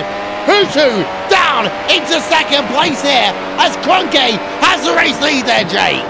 Yes, he does, but not net at the moment. Remember, Mitchell de Jong has stayed out still and has to come down in. He'll go for the big overcut then for his final stint and get past as many drivers as possible. For Gregor Hutu, he's got to do exactly the same thing that he did at Watkins Glen. This is a mirrored stint, really, Will. The fact that he's behind a Coanda vehicle with not many laps left to go in the event, and he's got the fresher rubber.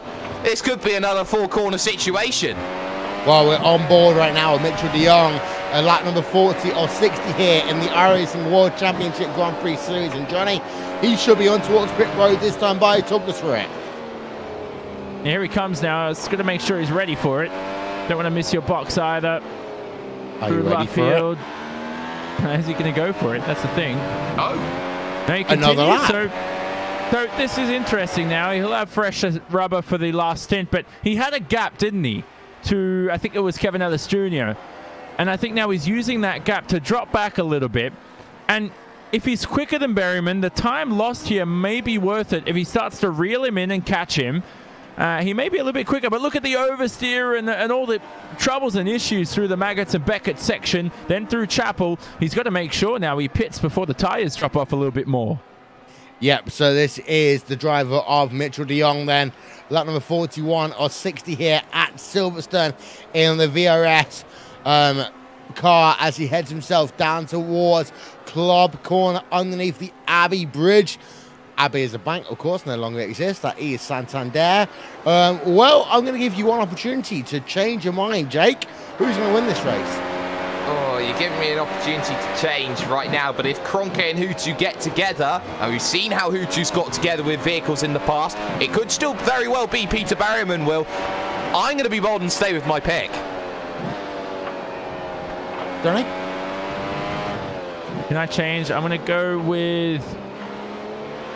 It's obviously going to be Kroenke or Hutu. And look, we're just putting one eye on de Jong here to see if he pits.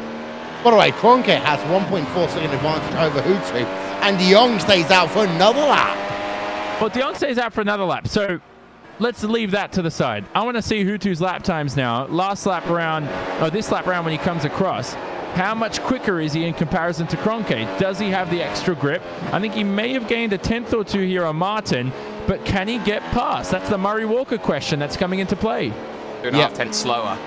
Well, we're on board right now with Mac Backham in that number 16 machine, hunting down Joshua Rogers. Jake, let's put a lap on board of him. Talk us through it. Well, for now, Matt Backham needs to get within a couple of tenths of a second as he heads through Copse Corner, turn number 1, looking for every little bit of track that he possibly has available to him. Now through Maggots and Beckett's, this is where the dirty air becomes a massive factor and why the DRS isn't as effective as many people think it is on the run down the Hanger Straight. Out of Chapel, into now the Hanger Straight they come along, and for Josh Rogers, he has Kevin Ellis Jr. in front. The big difference, though, he's not getting the DRS from Kevin Ellis Jr. on the brakes. Right-hander, Stowe Corner, looking to get that power down off the exit is Rogers, and he does very well. Backham is following very nicely in tow. Now this is one of the slowest parts of the section, into the Vale and then Club Corner here. This long right-hander that you just try and ease onto the power as quickly as possible, and Matt Backham has closed ever so slightly over that middle part of the stint, looking to continue on that charge then as he heads into the Abbey chicane. Left followed by the right, and if you can pick up a run up of here and in through Bridge, you may have harder shots into Priory. This is Bridge Corner, and you can see just how everyone moves all the way across. Not as much that time though from Matt Backham, and that different line is going to cost him a little bit of time in the overalls. They make the breaks into Brooklands. Luffield comes up, and then the small kick right of Woodcote, and that is a lap with Matt Backham. Meanwhile, let's have a look, and Mitchell de Jong is on pit road. So de Jong is on pit road, off pit road, and he is in P number 4 for the time being there, Johnny. Yeah, so this is good now. So his gap to Peter Berryman, well, I don't have the gap at the moment. Live timing will update soon, but he's definitely, it's about 8 seconds. There we go. So it's updated, and it was 3 seconds, I believe, before the pit stop phase. So now he's got much fresher rubber, and that's maybe what you need to overtake around this joint. That's something that we haven't seen for quite some time during this race. So de Jong, the strategy, pivotal pit stop there towards the end of the race, and quick 17-lap stint, extremely short to win the race. Behind, you got Marcus Jensen versus Jamie Fluke, P number 9 on track right now. Burst eSports versus Apex Racing UK. And well, Jake, they say some of these cars come from the same almost hypothesis between the two of them, between Burst Esports and Apex Racing UK. But right now, Fluke is behind Jensen, battle for P number 9, and these two hold no strangers. They are no strangers to each other, and Marcus Jensen, the young 17-year-old, against Jamie Fluke, the Irishman, the Northern Irishman, shall I say, as he looks to now try and find his way through. The big difference, though, there's a certain Mr. Freddie Rasmussen that isn't breaking away, that's giving Marcus Jensen that opportunity just to hold station. I think that's the biggest trouble that drivers have found today. Whenever they've gone to make that move, they've had a vehicle in front because there hasn't been that much differentiation in terms of times. You still got your top 10 split, Will, by 18 seconds out on circuit. That's remarkable.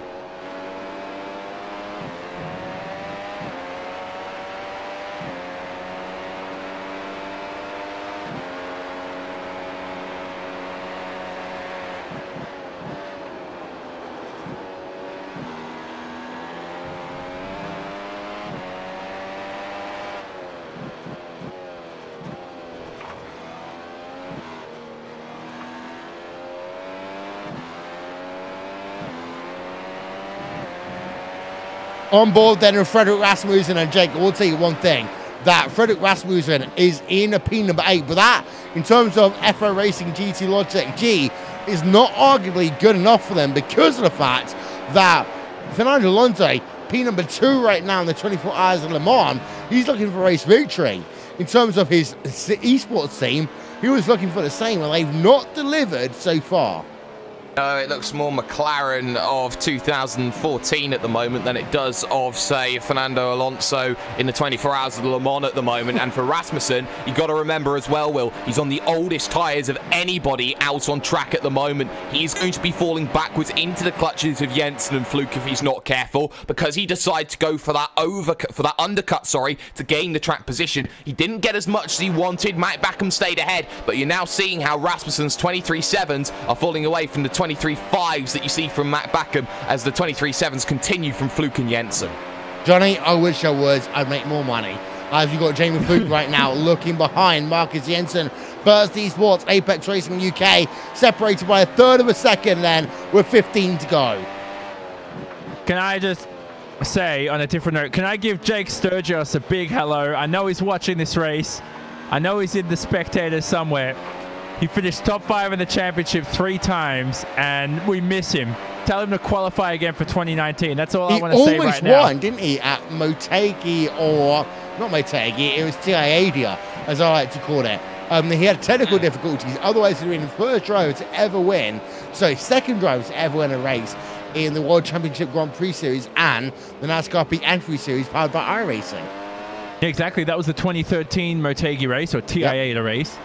And yeah, after that, never really had 2014 had a good season and never really figured out the McLaren, and had a few races, a couple of races last year, I think. Didn't return here for 2018. But anyway, he's watching, and a big shout out to him. And also, the thing I've noticed this round, Will, is that, remember Coanda, we asked them what went wrong this race. You know, there was something different about them at Watkins Glen. Hutu had figured them out a little bit. Straight away after the race, Mitchell de Jong said they knew the issue. They fixed it. I spoke to a lot of teams. They said it could have been an ERS issue, and just in terms of how they were using it. Straight away now at Silverstone, they're back to being quick. Could be on par for another race win here today. Hutu's just trying to keep them honest, though. So we'll wait and find out in just over 10 laps' time if Coanda have solved their errors from Watkins Glen. Imola, next race in the World Championship Grand Prix Series on July 7th. And then we've got ourselves Zandvoort, Indianapolis, Suzuka, Nürburgring, Spa, and Circuit of the Americas to round out our season. Well, Jake, it's a 14-race season here this season. So longer than last year, but still 2 rounds shorter than what we had in years previous. But in terms of tracks, they are very, very different. And I will say that Zandvoort and maybe Suzuka are going to be your 2 wildcard rounds of this season. I think they certainly could be, Will. And you look at Zandvoort, it hasn't been on the calendar for a couple of years, and so that coming back into play will certainly throw a cat amongst the pigeons. But Suzuka, always traditionally a difficult track, especially with the Japanese asphalt that you get to see around there. So I think that could throw up a few surprises. Radicals may decide to come up to the forefront once more at a circuit like Suzuka. But for now, I think that this Silverstone race has been a really good form setter. Yes, Kroenke arguably is still the quickest driver in this field, but not by much at the moment. Hutu still gained a couple of hundredths, and it was 3/10 over that last lap as he tried to get past Mogar Filio. So for Gregor Hutu, he's still within 1.2 seconds. The moment he brings that within a second, Will, psychological advantage goes back to Hutu, and I wonder if Hutu will try and run Kroenke out of fuel. You know the thing that I'm most angry about in this race here today, Johnny, is that we haven't got a Porsche pig skin livery. No, we don't. Someone should run that. I think they do this in Formula 1. You know, when drivers have special helmets. We should have teams running like special livery rounds a lot more. They're doing the NASCAR Big Entry Series. They have the throwback series at Darlington. Yeah, well, exactly. I didn't think about that. That's true. And that's something that we should consider this series. So where's Kevin Ellis Jr. in this race? He's P5. He needs to push that through in the forums. If he's the guy who's pushing through solutions to possibly... Let's get through a D-skin back, for starters. Let's go. Let's have all the cars red, black, and white, but at least one race, so we have absolutely no idea who is where on track, and then go from there, except for Orion, of course. Yeah, it's like when you wear historical jerseys in US sports, isn't it? And you get that kind of stuff going. That's something to do for the future. You can also No, that's it. I have nothing else to suggest. I was hoping when I said that something was going to pop up in my mind, and nothing did. So it's just back to blank. Jake, any other ideas?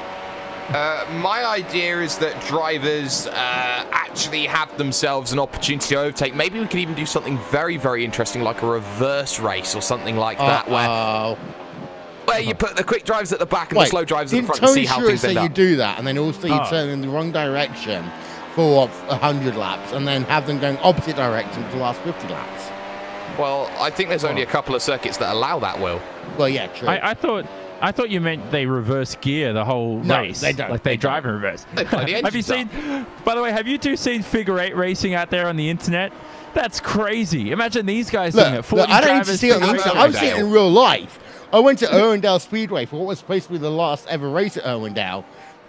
And then, one second, and then they said, actually, wait a minute, we're actually going to stay open, Irwindale Speedway.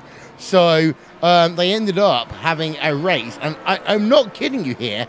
They had figure 8 boat racing. So they had a car with a boat on the rear of it.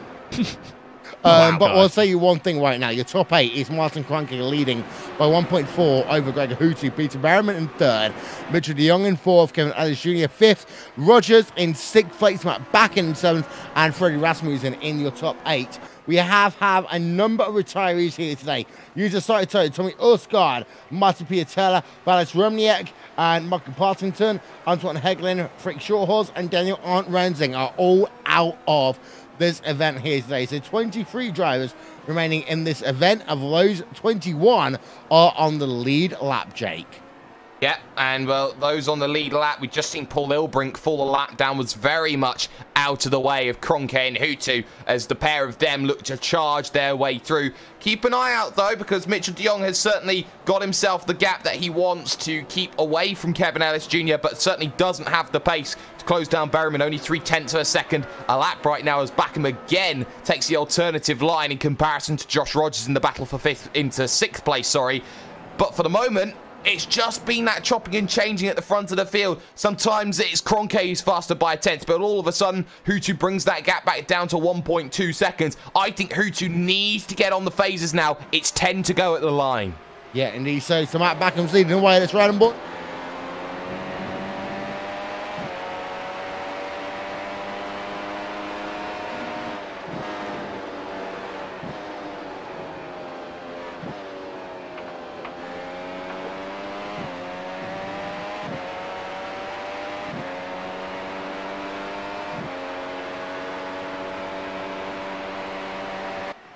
Well, that is Bakken then trying to close up to the rear of Josh Rogers.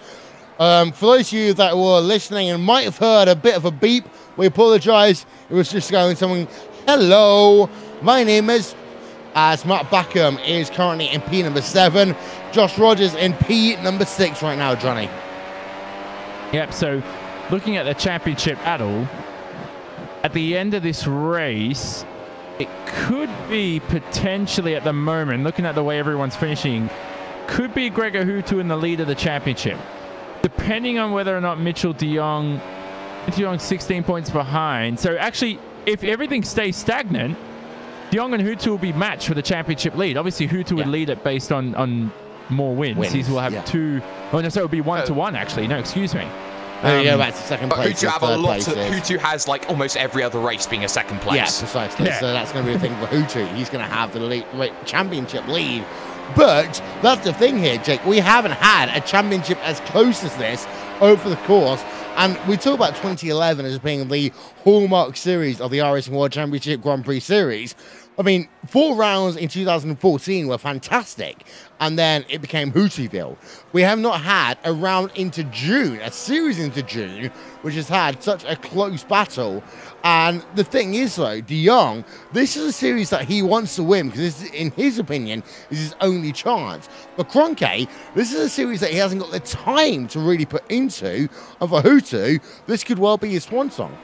This could be the time that I finally get to never say Hutu is a 5-time world champion. For as long as I've been in sim racing, Gregor Hutu has always been a 5-time world champion. So for me, that would say that I've actually seen Gregor Hutu win a world championship in my sim racing career.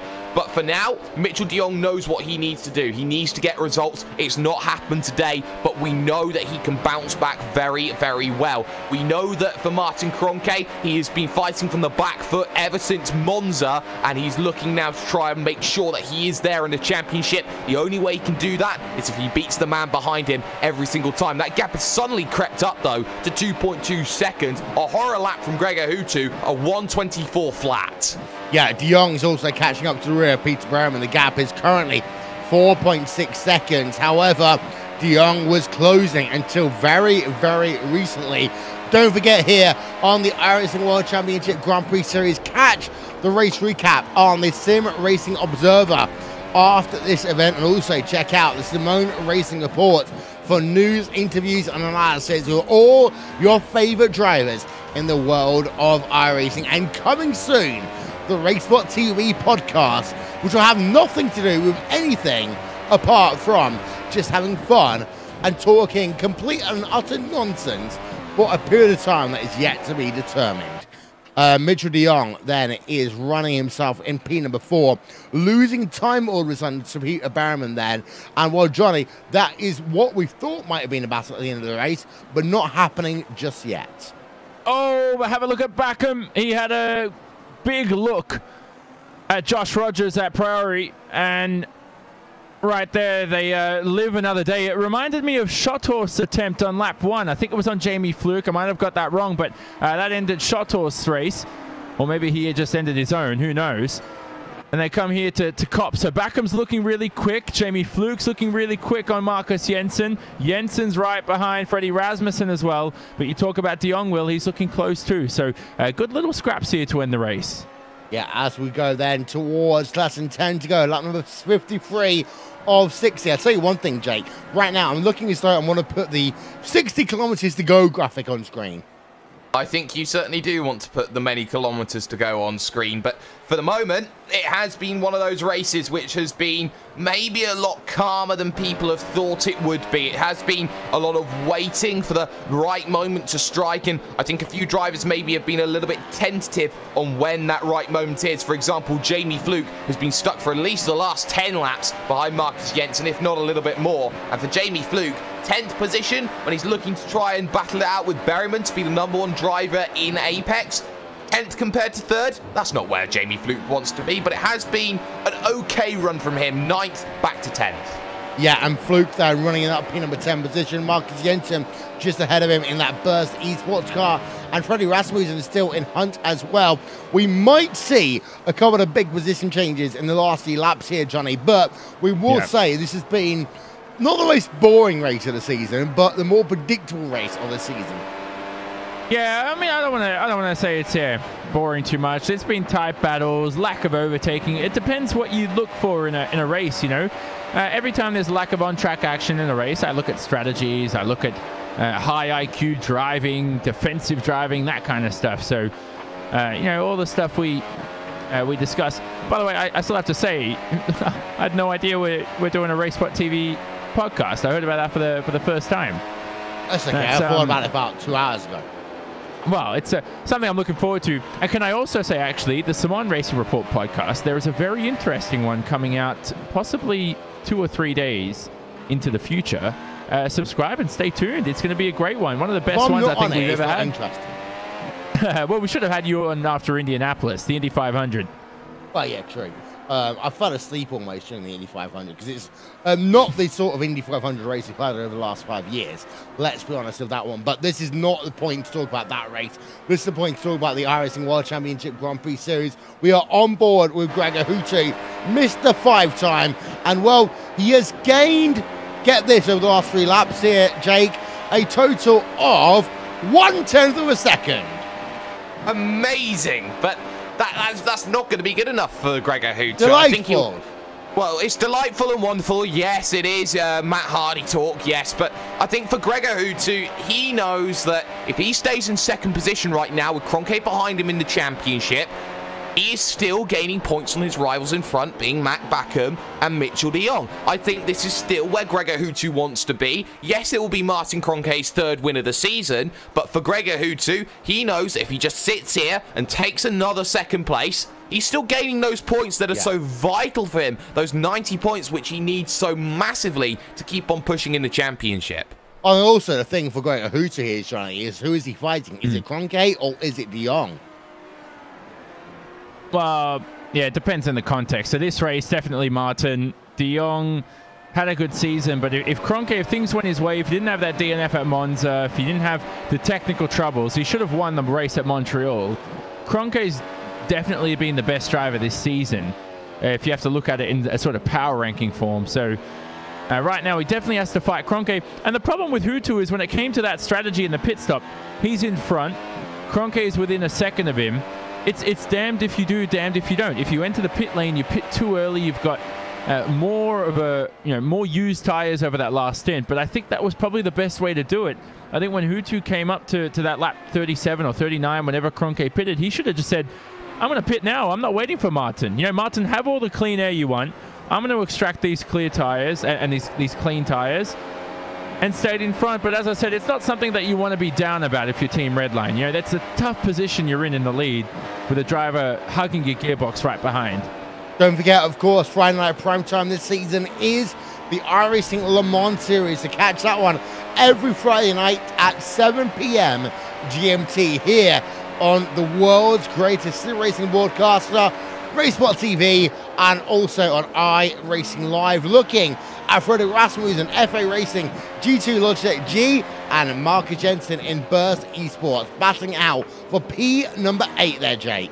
Yeah, they're battling it out for 8th position and having a pretty nice scrap as well. But the thing is, there's just that gap for Rasmussen that he's got. This could be Fluke's opportunity, though. Was in a couple of tenths of a second, had a mini look, but wasn't really close enough. And here's a little fact that you may need. We've got Matt Backham still on the rear of Josh Rogers, looking for the move again down the inside. Not going to quite find it, but here's a fact, Will. We haven't had back-to-back winners so far this season, and that's set to continue if things stay like this. It does, and again, this is why we get the comparisons to 2011 as we're on board and Matt Backham gets a slower run out on Luffield number 2 through Woodcote towards the start-finish line. 4 laps to go. Social media expert Jack Stiles, well, your Twitch has just been overtaken because apparently Fernando Alonso is now racing an LMP1 at Le Mans.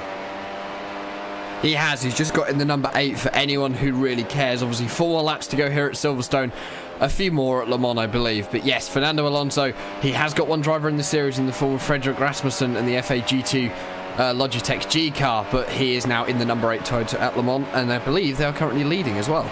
Yeah, they are, as we're just having a look there at Matt Backham. For Josh Rogers, he had the advantage of DRS then down the back because of a lapped car there, Jake. But Backham, I think, is now hunting P number 6, and I actually have to say the tyres have gone off on Josh Rogers because here is Backham. He's as close as he's ever been towards the Abbott chicane, and Backham all of a sudden is hounding down to the inside. Oh, he's trying. There's contact, though, and they're both going to go off here. They're both going to survive, and this allows Rasmussen the chance. Moves to the outside, runs out of road, and suddenly, Matt Backham, all of a sudden, is trying everything to get himself back in. But right now, Rasmussen is right on the rear here, Will. Yeah, there's a replay as we saw both drivers go off. Backham has to remain where he is. He does not lose a position to Freddie Rasmussen. He tries to dive down to the inside again on Josh Rogers, but Johnny, that was close. That was brave from Matt Backham. Brilliant racecraft. And just a slight bit of contact. Hey, I like that. Little pushing and shoving. Nothing against the rules. I don't mind that. Everyone loves to complain about that kind of stuff, but that's racing for you. And right now, Rogers just has to manage these next few laps to win this race. Does Backham still have the tyres in him? Did he degrade them at all, battling too hard with Josh Rogers?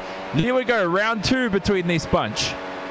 Yep, down the hanger straight away once again. Last time by, Backham did lose a bit of time, of course, because of that incident, but he gains again, Johnny, towards Club Corner. Yeah, here he is now. in the braking zone. This is the traction zone we've seen Bakum really master throughout the whole weekend, even in qualifying as well.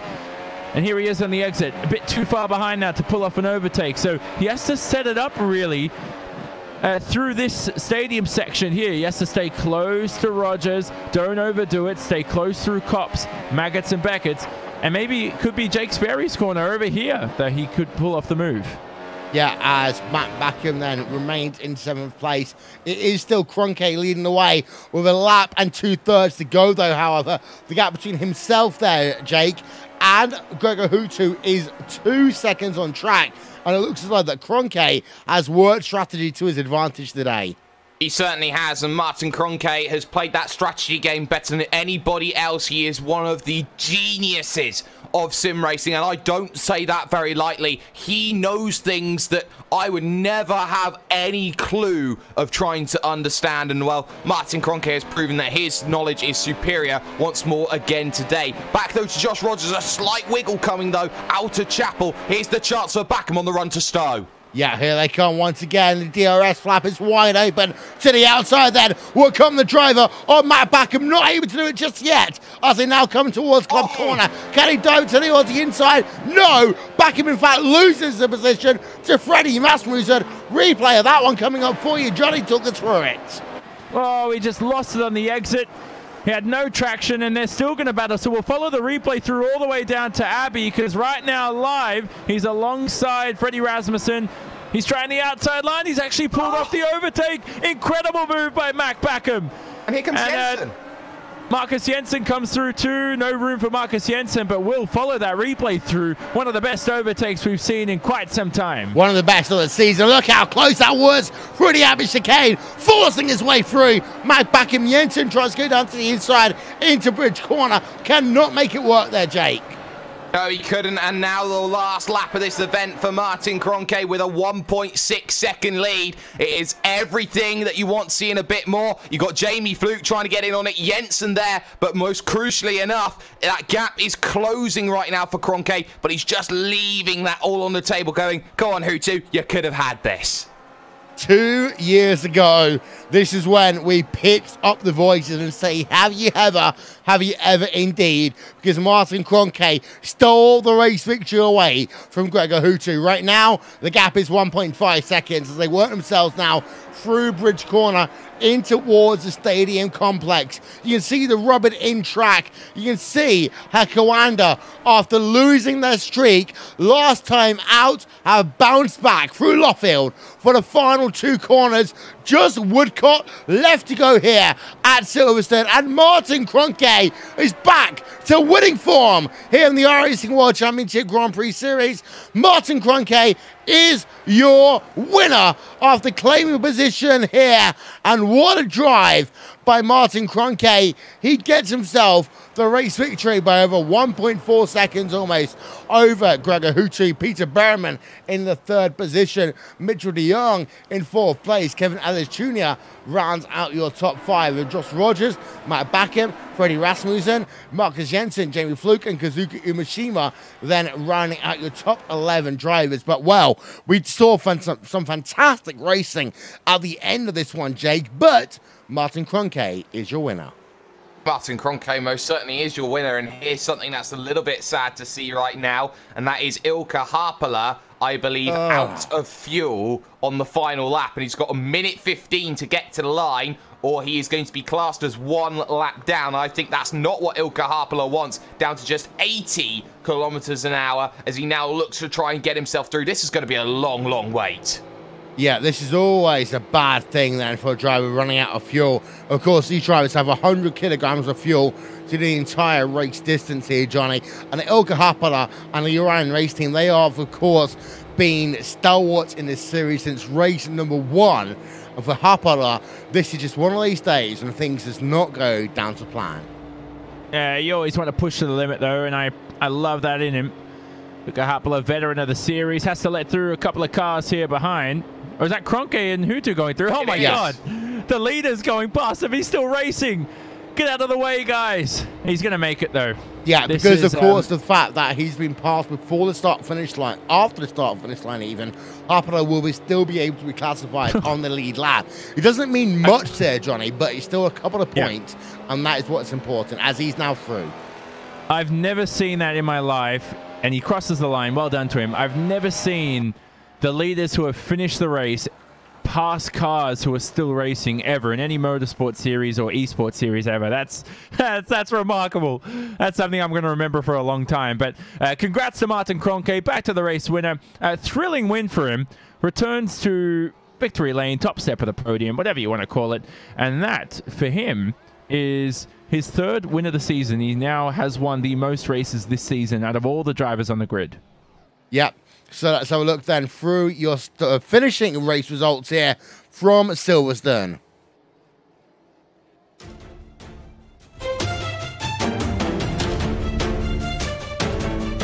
Well, Kroenke wins by 1.4 seconds over Gregor Houtu. Peter Berman then comes home in third place, and Richard de Jong in fourth. Kevin Ellis Jr. in fifth. Sixth place will be Josh Rogers, Matt Backham, Freddie Rasmussen, Marcus Jensen, and Jamie Fluke rounds out your top 10 here this afternoon. And what that means is that we have got ourselves Martin Kroenke for VOS Car and Sim Sports, Redline in second, Apex Racing UK in third and fifth and 10th here today. But it's still also about the fact that Coanda have started a new streak. They lost it out here at Watkins Glen, but now they are back on top of the winners' rostrum. Yalvaz, P number 11. Radicals on the line, Kazuki Umashima 12th. Paskurgis 13th. Moritz Lohner 14th. Stephen Michaels 15th. Rest of the results up on your screen here from Silverstone. We're going to take a break. We'll be back in just a few moments' time.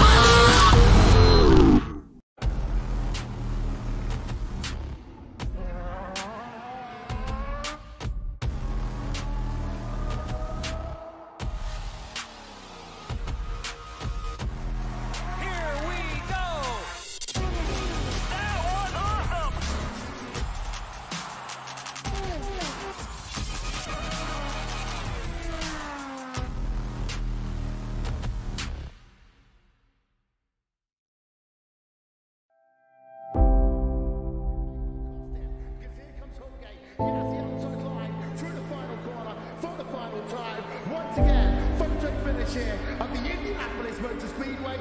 Would it be Tim Hogan? It's going to be Christopher DeMerit at the line.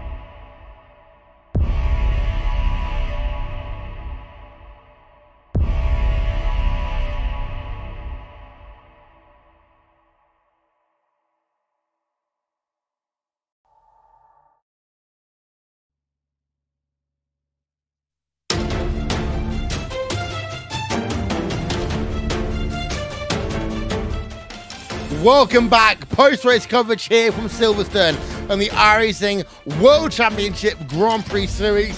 What a race we've had today. Johnny, it's not been as crazy, as action-packed as what we've seen in previous rounds, but the Coanda train is back. No, a great victory by Coanda. They figured out possibly their ERS issues from Watkins Glen.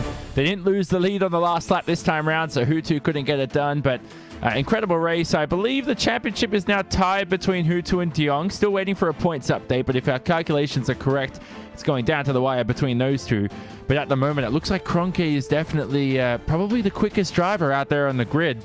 If he had that Montreal win and didn't have the Monza DNF, he'd certainly be leading the championship at this stage. Yeah, and Jake, if you look beyond the immediate headlines, you can still see this is still a topsy-turvy season.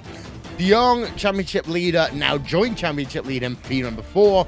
Hutu, another second place. Kroenke winning again. Still no one knows who's going to win this championship because no one has had true form this series. No, we haven't had back-to-back winners yet this season, and that is the most surprising thing out of the lot. Yes, you can say Coanda have won 6 of the first 7 races, but more crucially than that, it has been down to a point of nobody can get 2 wins in a row. Nobody can wrest the form book away. It seems everyone wants to play hot potato right now with this championship. And the fact that we are still talking undecided into the second half of this season, and we still don't know if any one of 4 can still win this, I'm excited, Will. I'm really excited. I am indeed as well, as we have got ourselves your race winner, the driver of that Coanda Sim Sports machine, number 5, Martin Kroenke. Welcome back to Victory Lane. Oh, thank you. Okay, this wasn't an easy one, but you had to battle with Martin Kroenke. With Martin Kroenke to battle yourself, had to battle with other drivers as well, of course, including Gregor Hutu throughout the course of this event. But you did get yourself the victory here today. How hard was it out on track? It was fairly difficult to get rid of Gregor, first of all, in the first stint. I managed to get him out of DRS relatively early on, I think around lap 8 or 10 or so. But he managed to get back into the DRS range relatively quickly afterwards. I think I had 2 laps or so with him cleared, and then he was basically stuck behind me again. He managed to get the undercut done, which was a little bit annoying, because then I would essentially be stuck behind him all the time. I could get pretty close to him for most of the time. In some laps, probably about 0.2, 0.3 behind him, but couldn't get past. And yeah, luckily we made the undercut afterwards in the second pit stop, and from then on it was pretty much just trying to manage the gap and not allow him into the DRS range, and then it was relatively relaxed towards the end. 2 and 1. First of all, how worried were you about the undercut? And also, are you frustrated about the fact that races these days have gone from being everyone pitched at the same time-ish to now being a case of if you work the undercut or work the overcut, strategy dictates the victories more than necessarily how fast you are on track? I don't find that frustrating at all, to be honest. I think it's a good thing for the series overall, good for the viewers, good for everyone, really. It makes racing a lot more interesting, and having a little bit of leeway with what you do with strategy is a good thing, in my opinion. You get yourself victory, of course. VOS Command Sim Sports lost their streak last summer at Watkins Glen.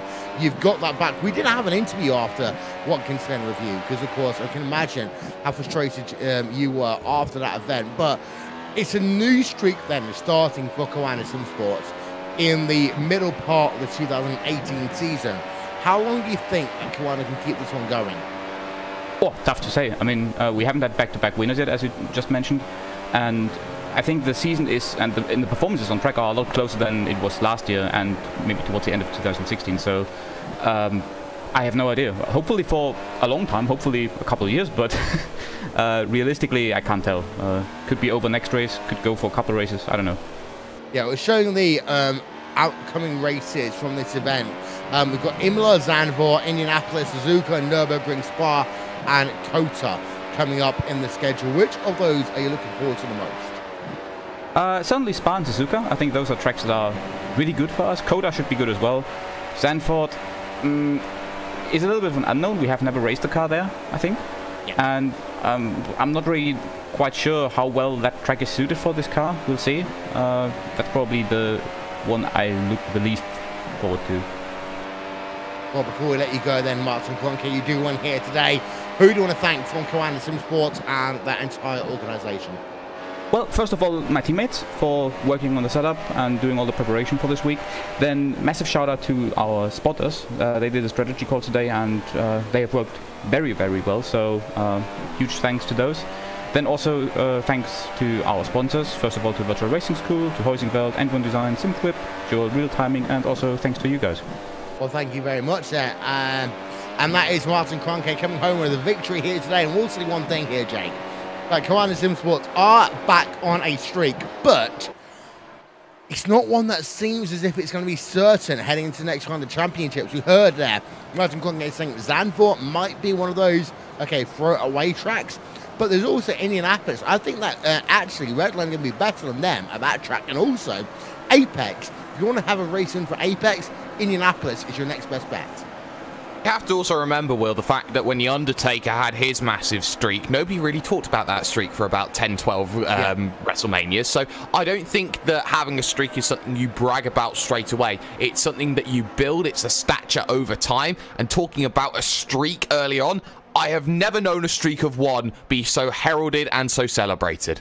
Well, you say that, but of course they've just finished a streak. They're starting another one race afterwards. Yeah, The Undertaker might have had one in the wonderful scripted world of Paul Heyman WWE, but we have to say that it looks like Kiwana have found some form here today.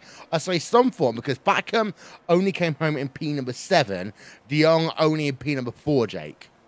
Well, yeah, they have had issues today. I think Mitchell de Jong and Matt Backham did not have the qualifying runs that they were supposed to have, and I think that they could have done a lot better with the tools at their disposal. But that goes to show you just how important qualifying is. They were only 0.2 of a second off of the fastest times in qualifying. Now, you go into Formula 1 in the real world, 0.2 of a second, that's enough for third place. In this series, that may not be good enough for the top 10. This is so much more difficult, so much more challenging to get the results that you want, and you have to be on your game at every single circuit. And right now, Mac doesn't have qualifying. Mitchell's got to step up for his championship as well. Yeah, indeed. Sorry. So we're going to head down into the bronze medal position here today.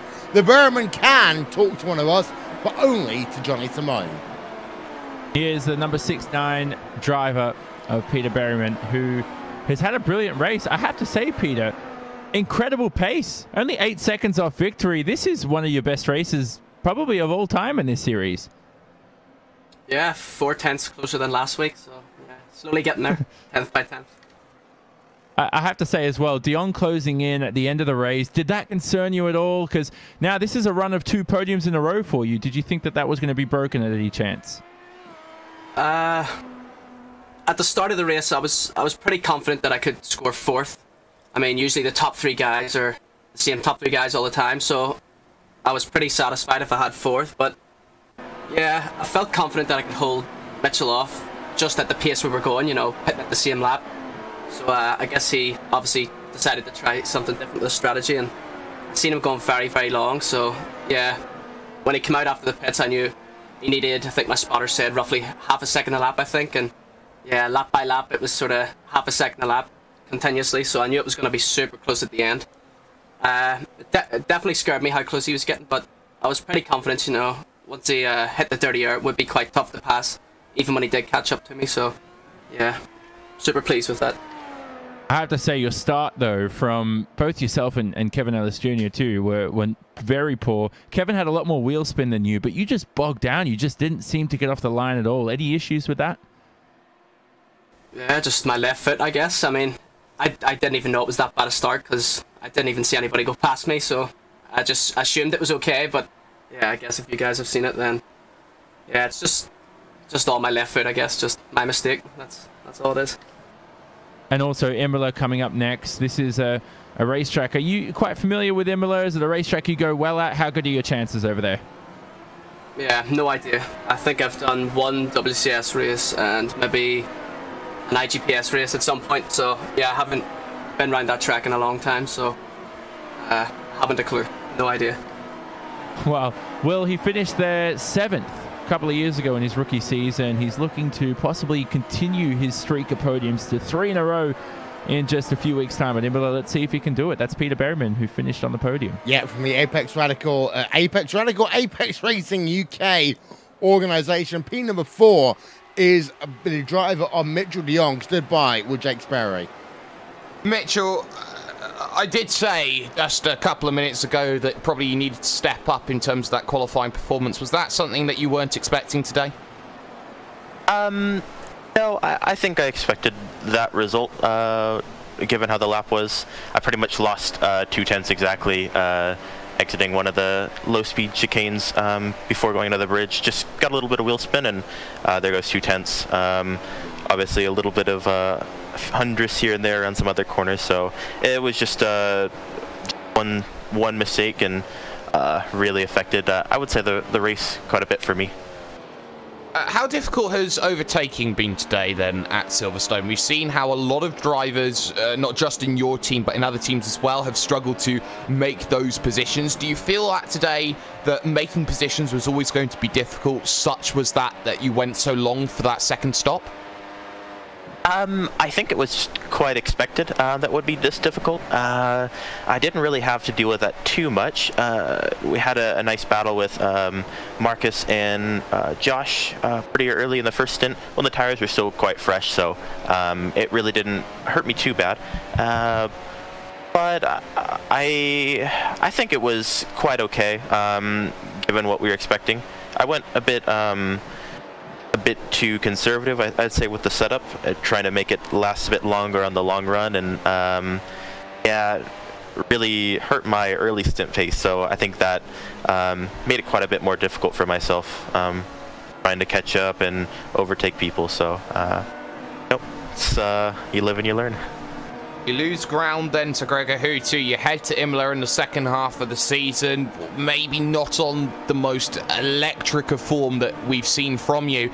How are you going to wrest back control of this championship and get yourself back onto the winner's circle?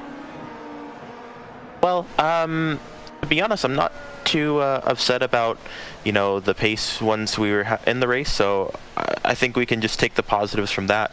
I think all the tracks from here on are a bit more favorable for me. I quite like them a lot more than kind of the earlier rounds, so I'm looking forward to that. And you know, I don't want to come here and finish 4th. I want to, you know, be winning and fighting for wins. So yeah, we'll get back. We'll get back there.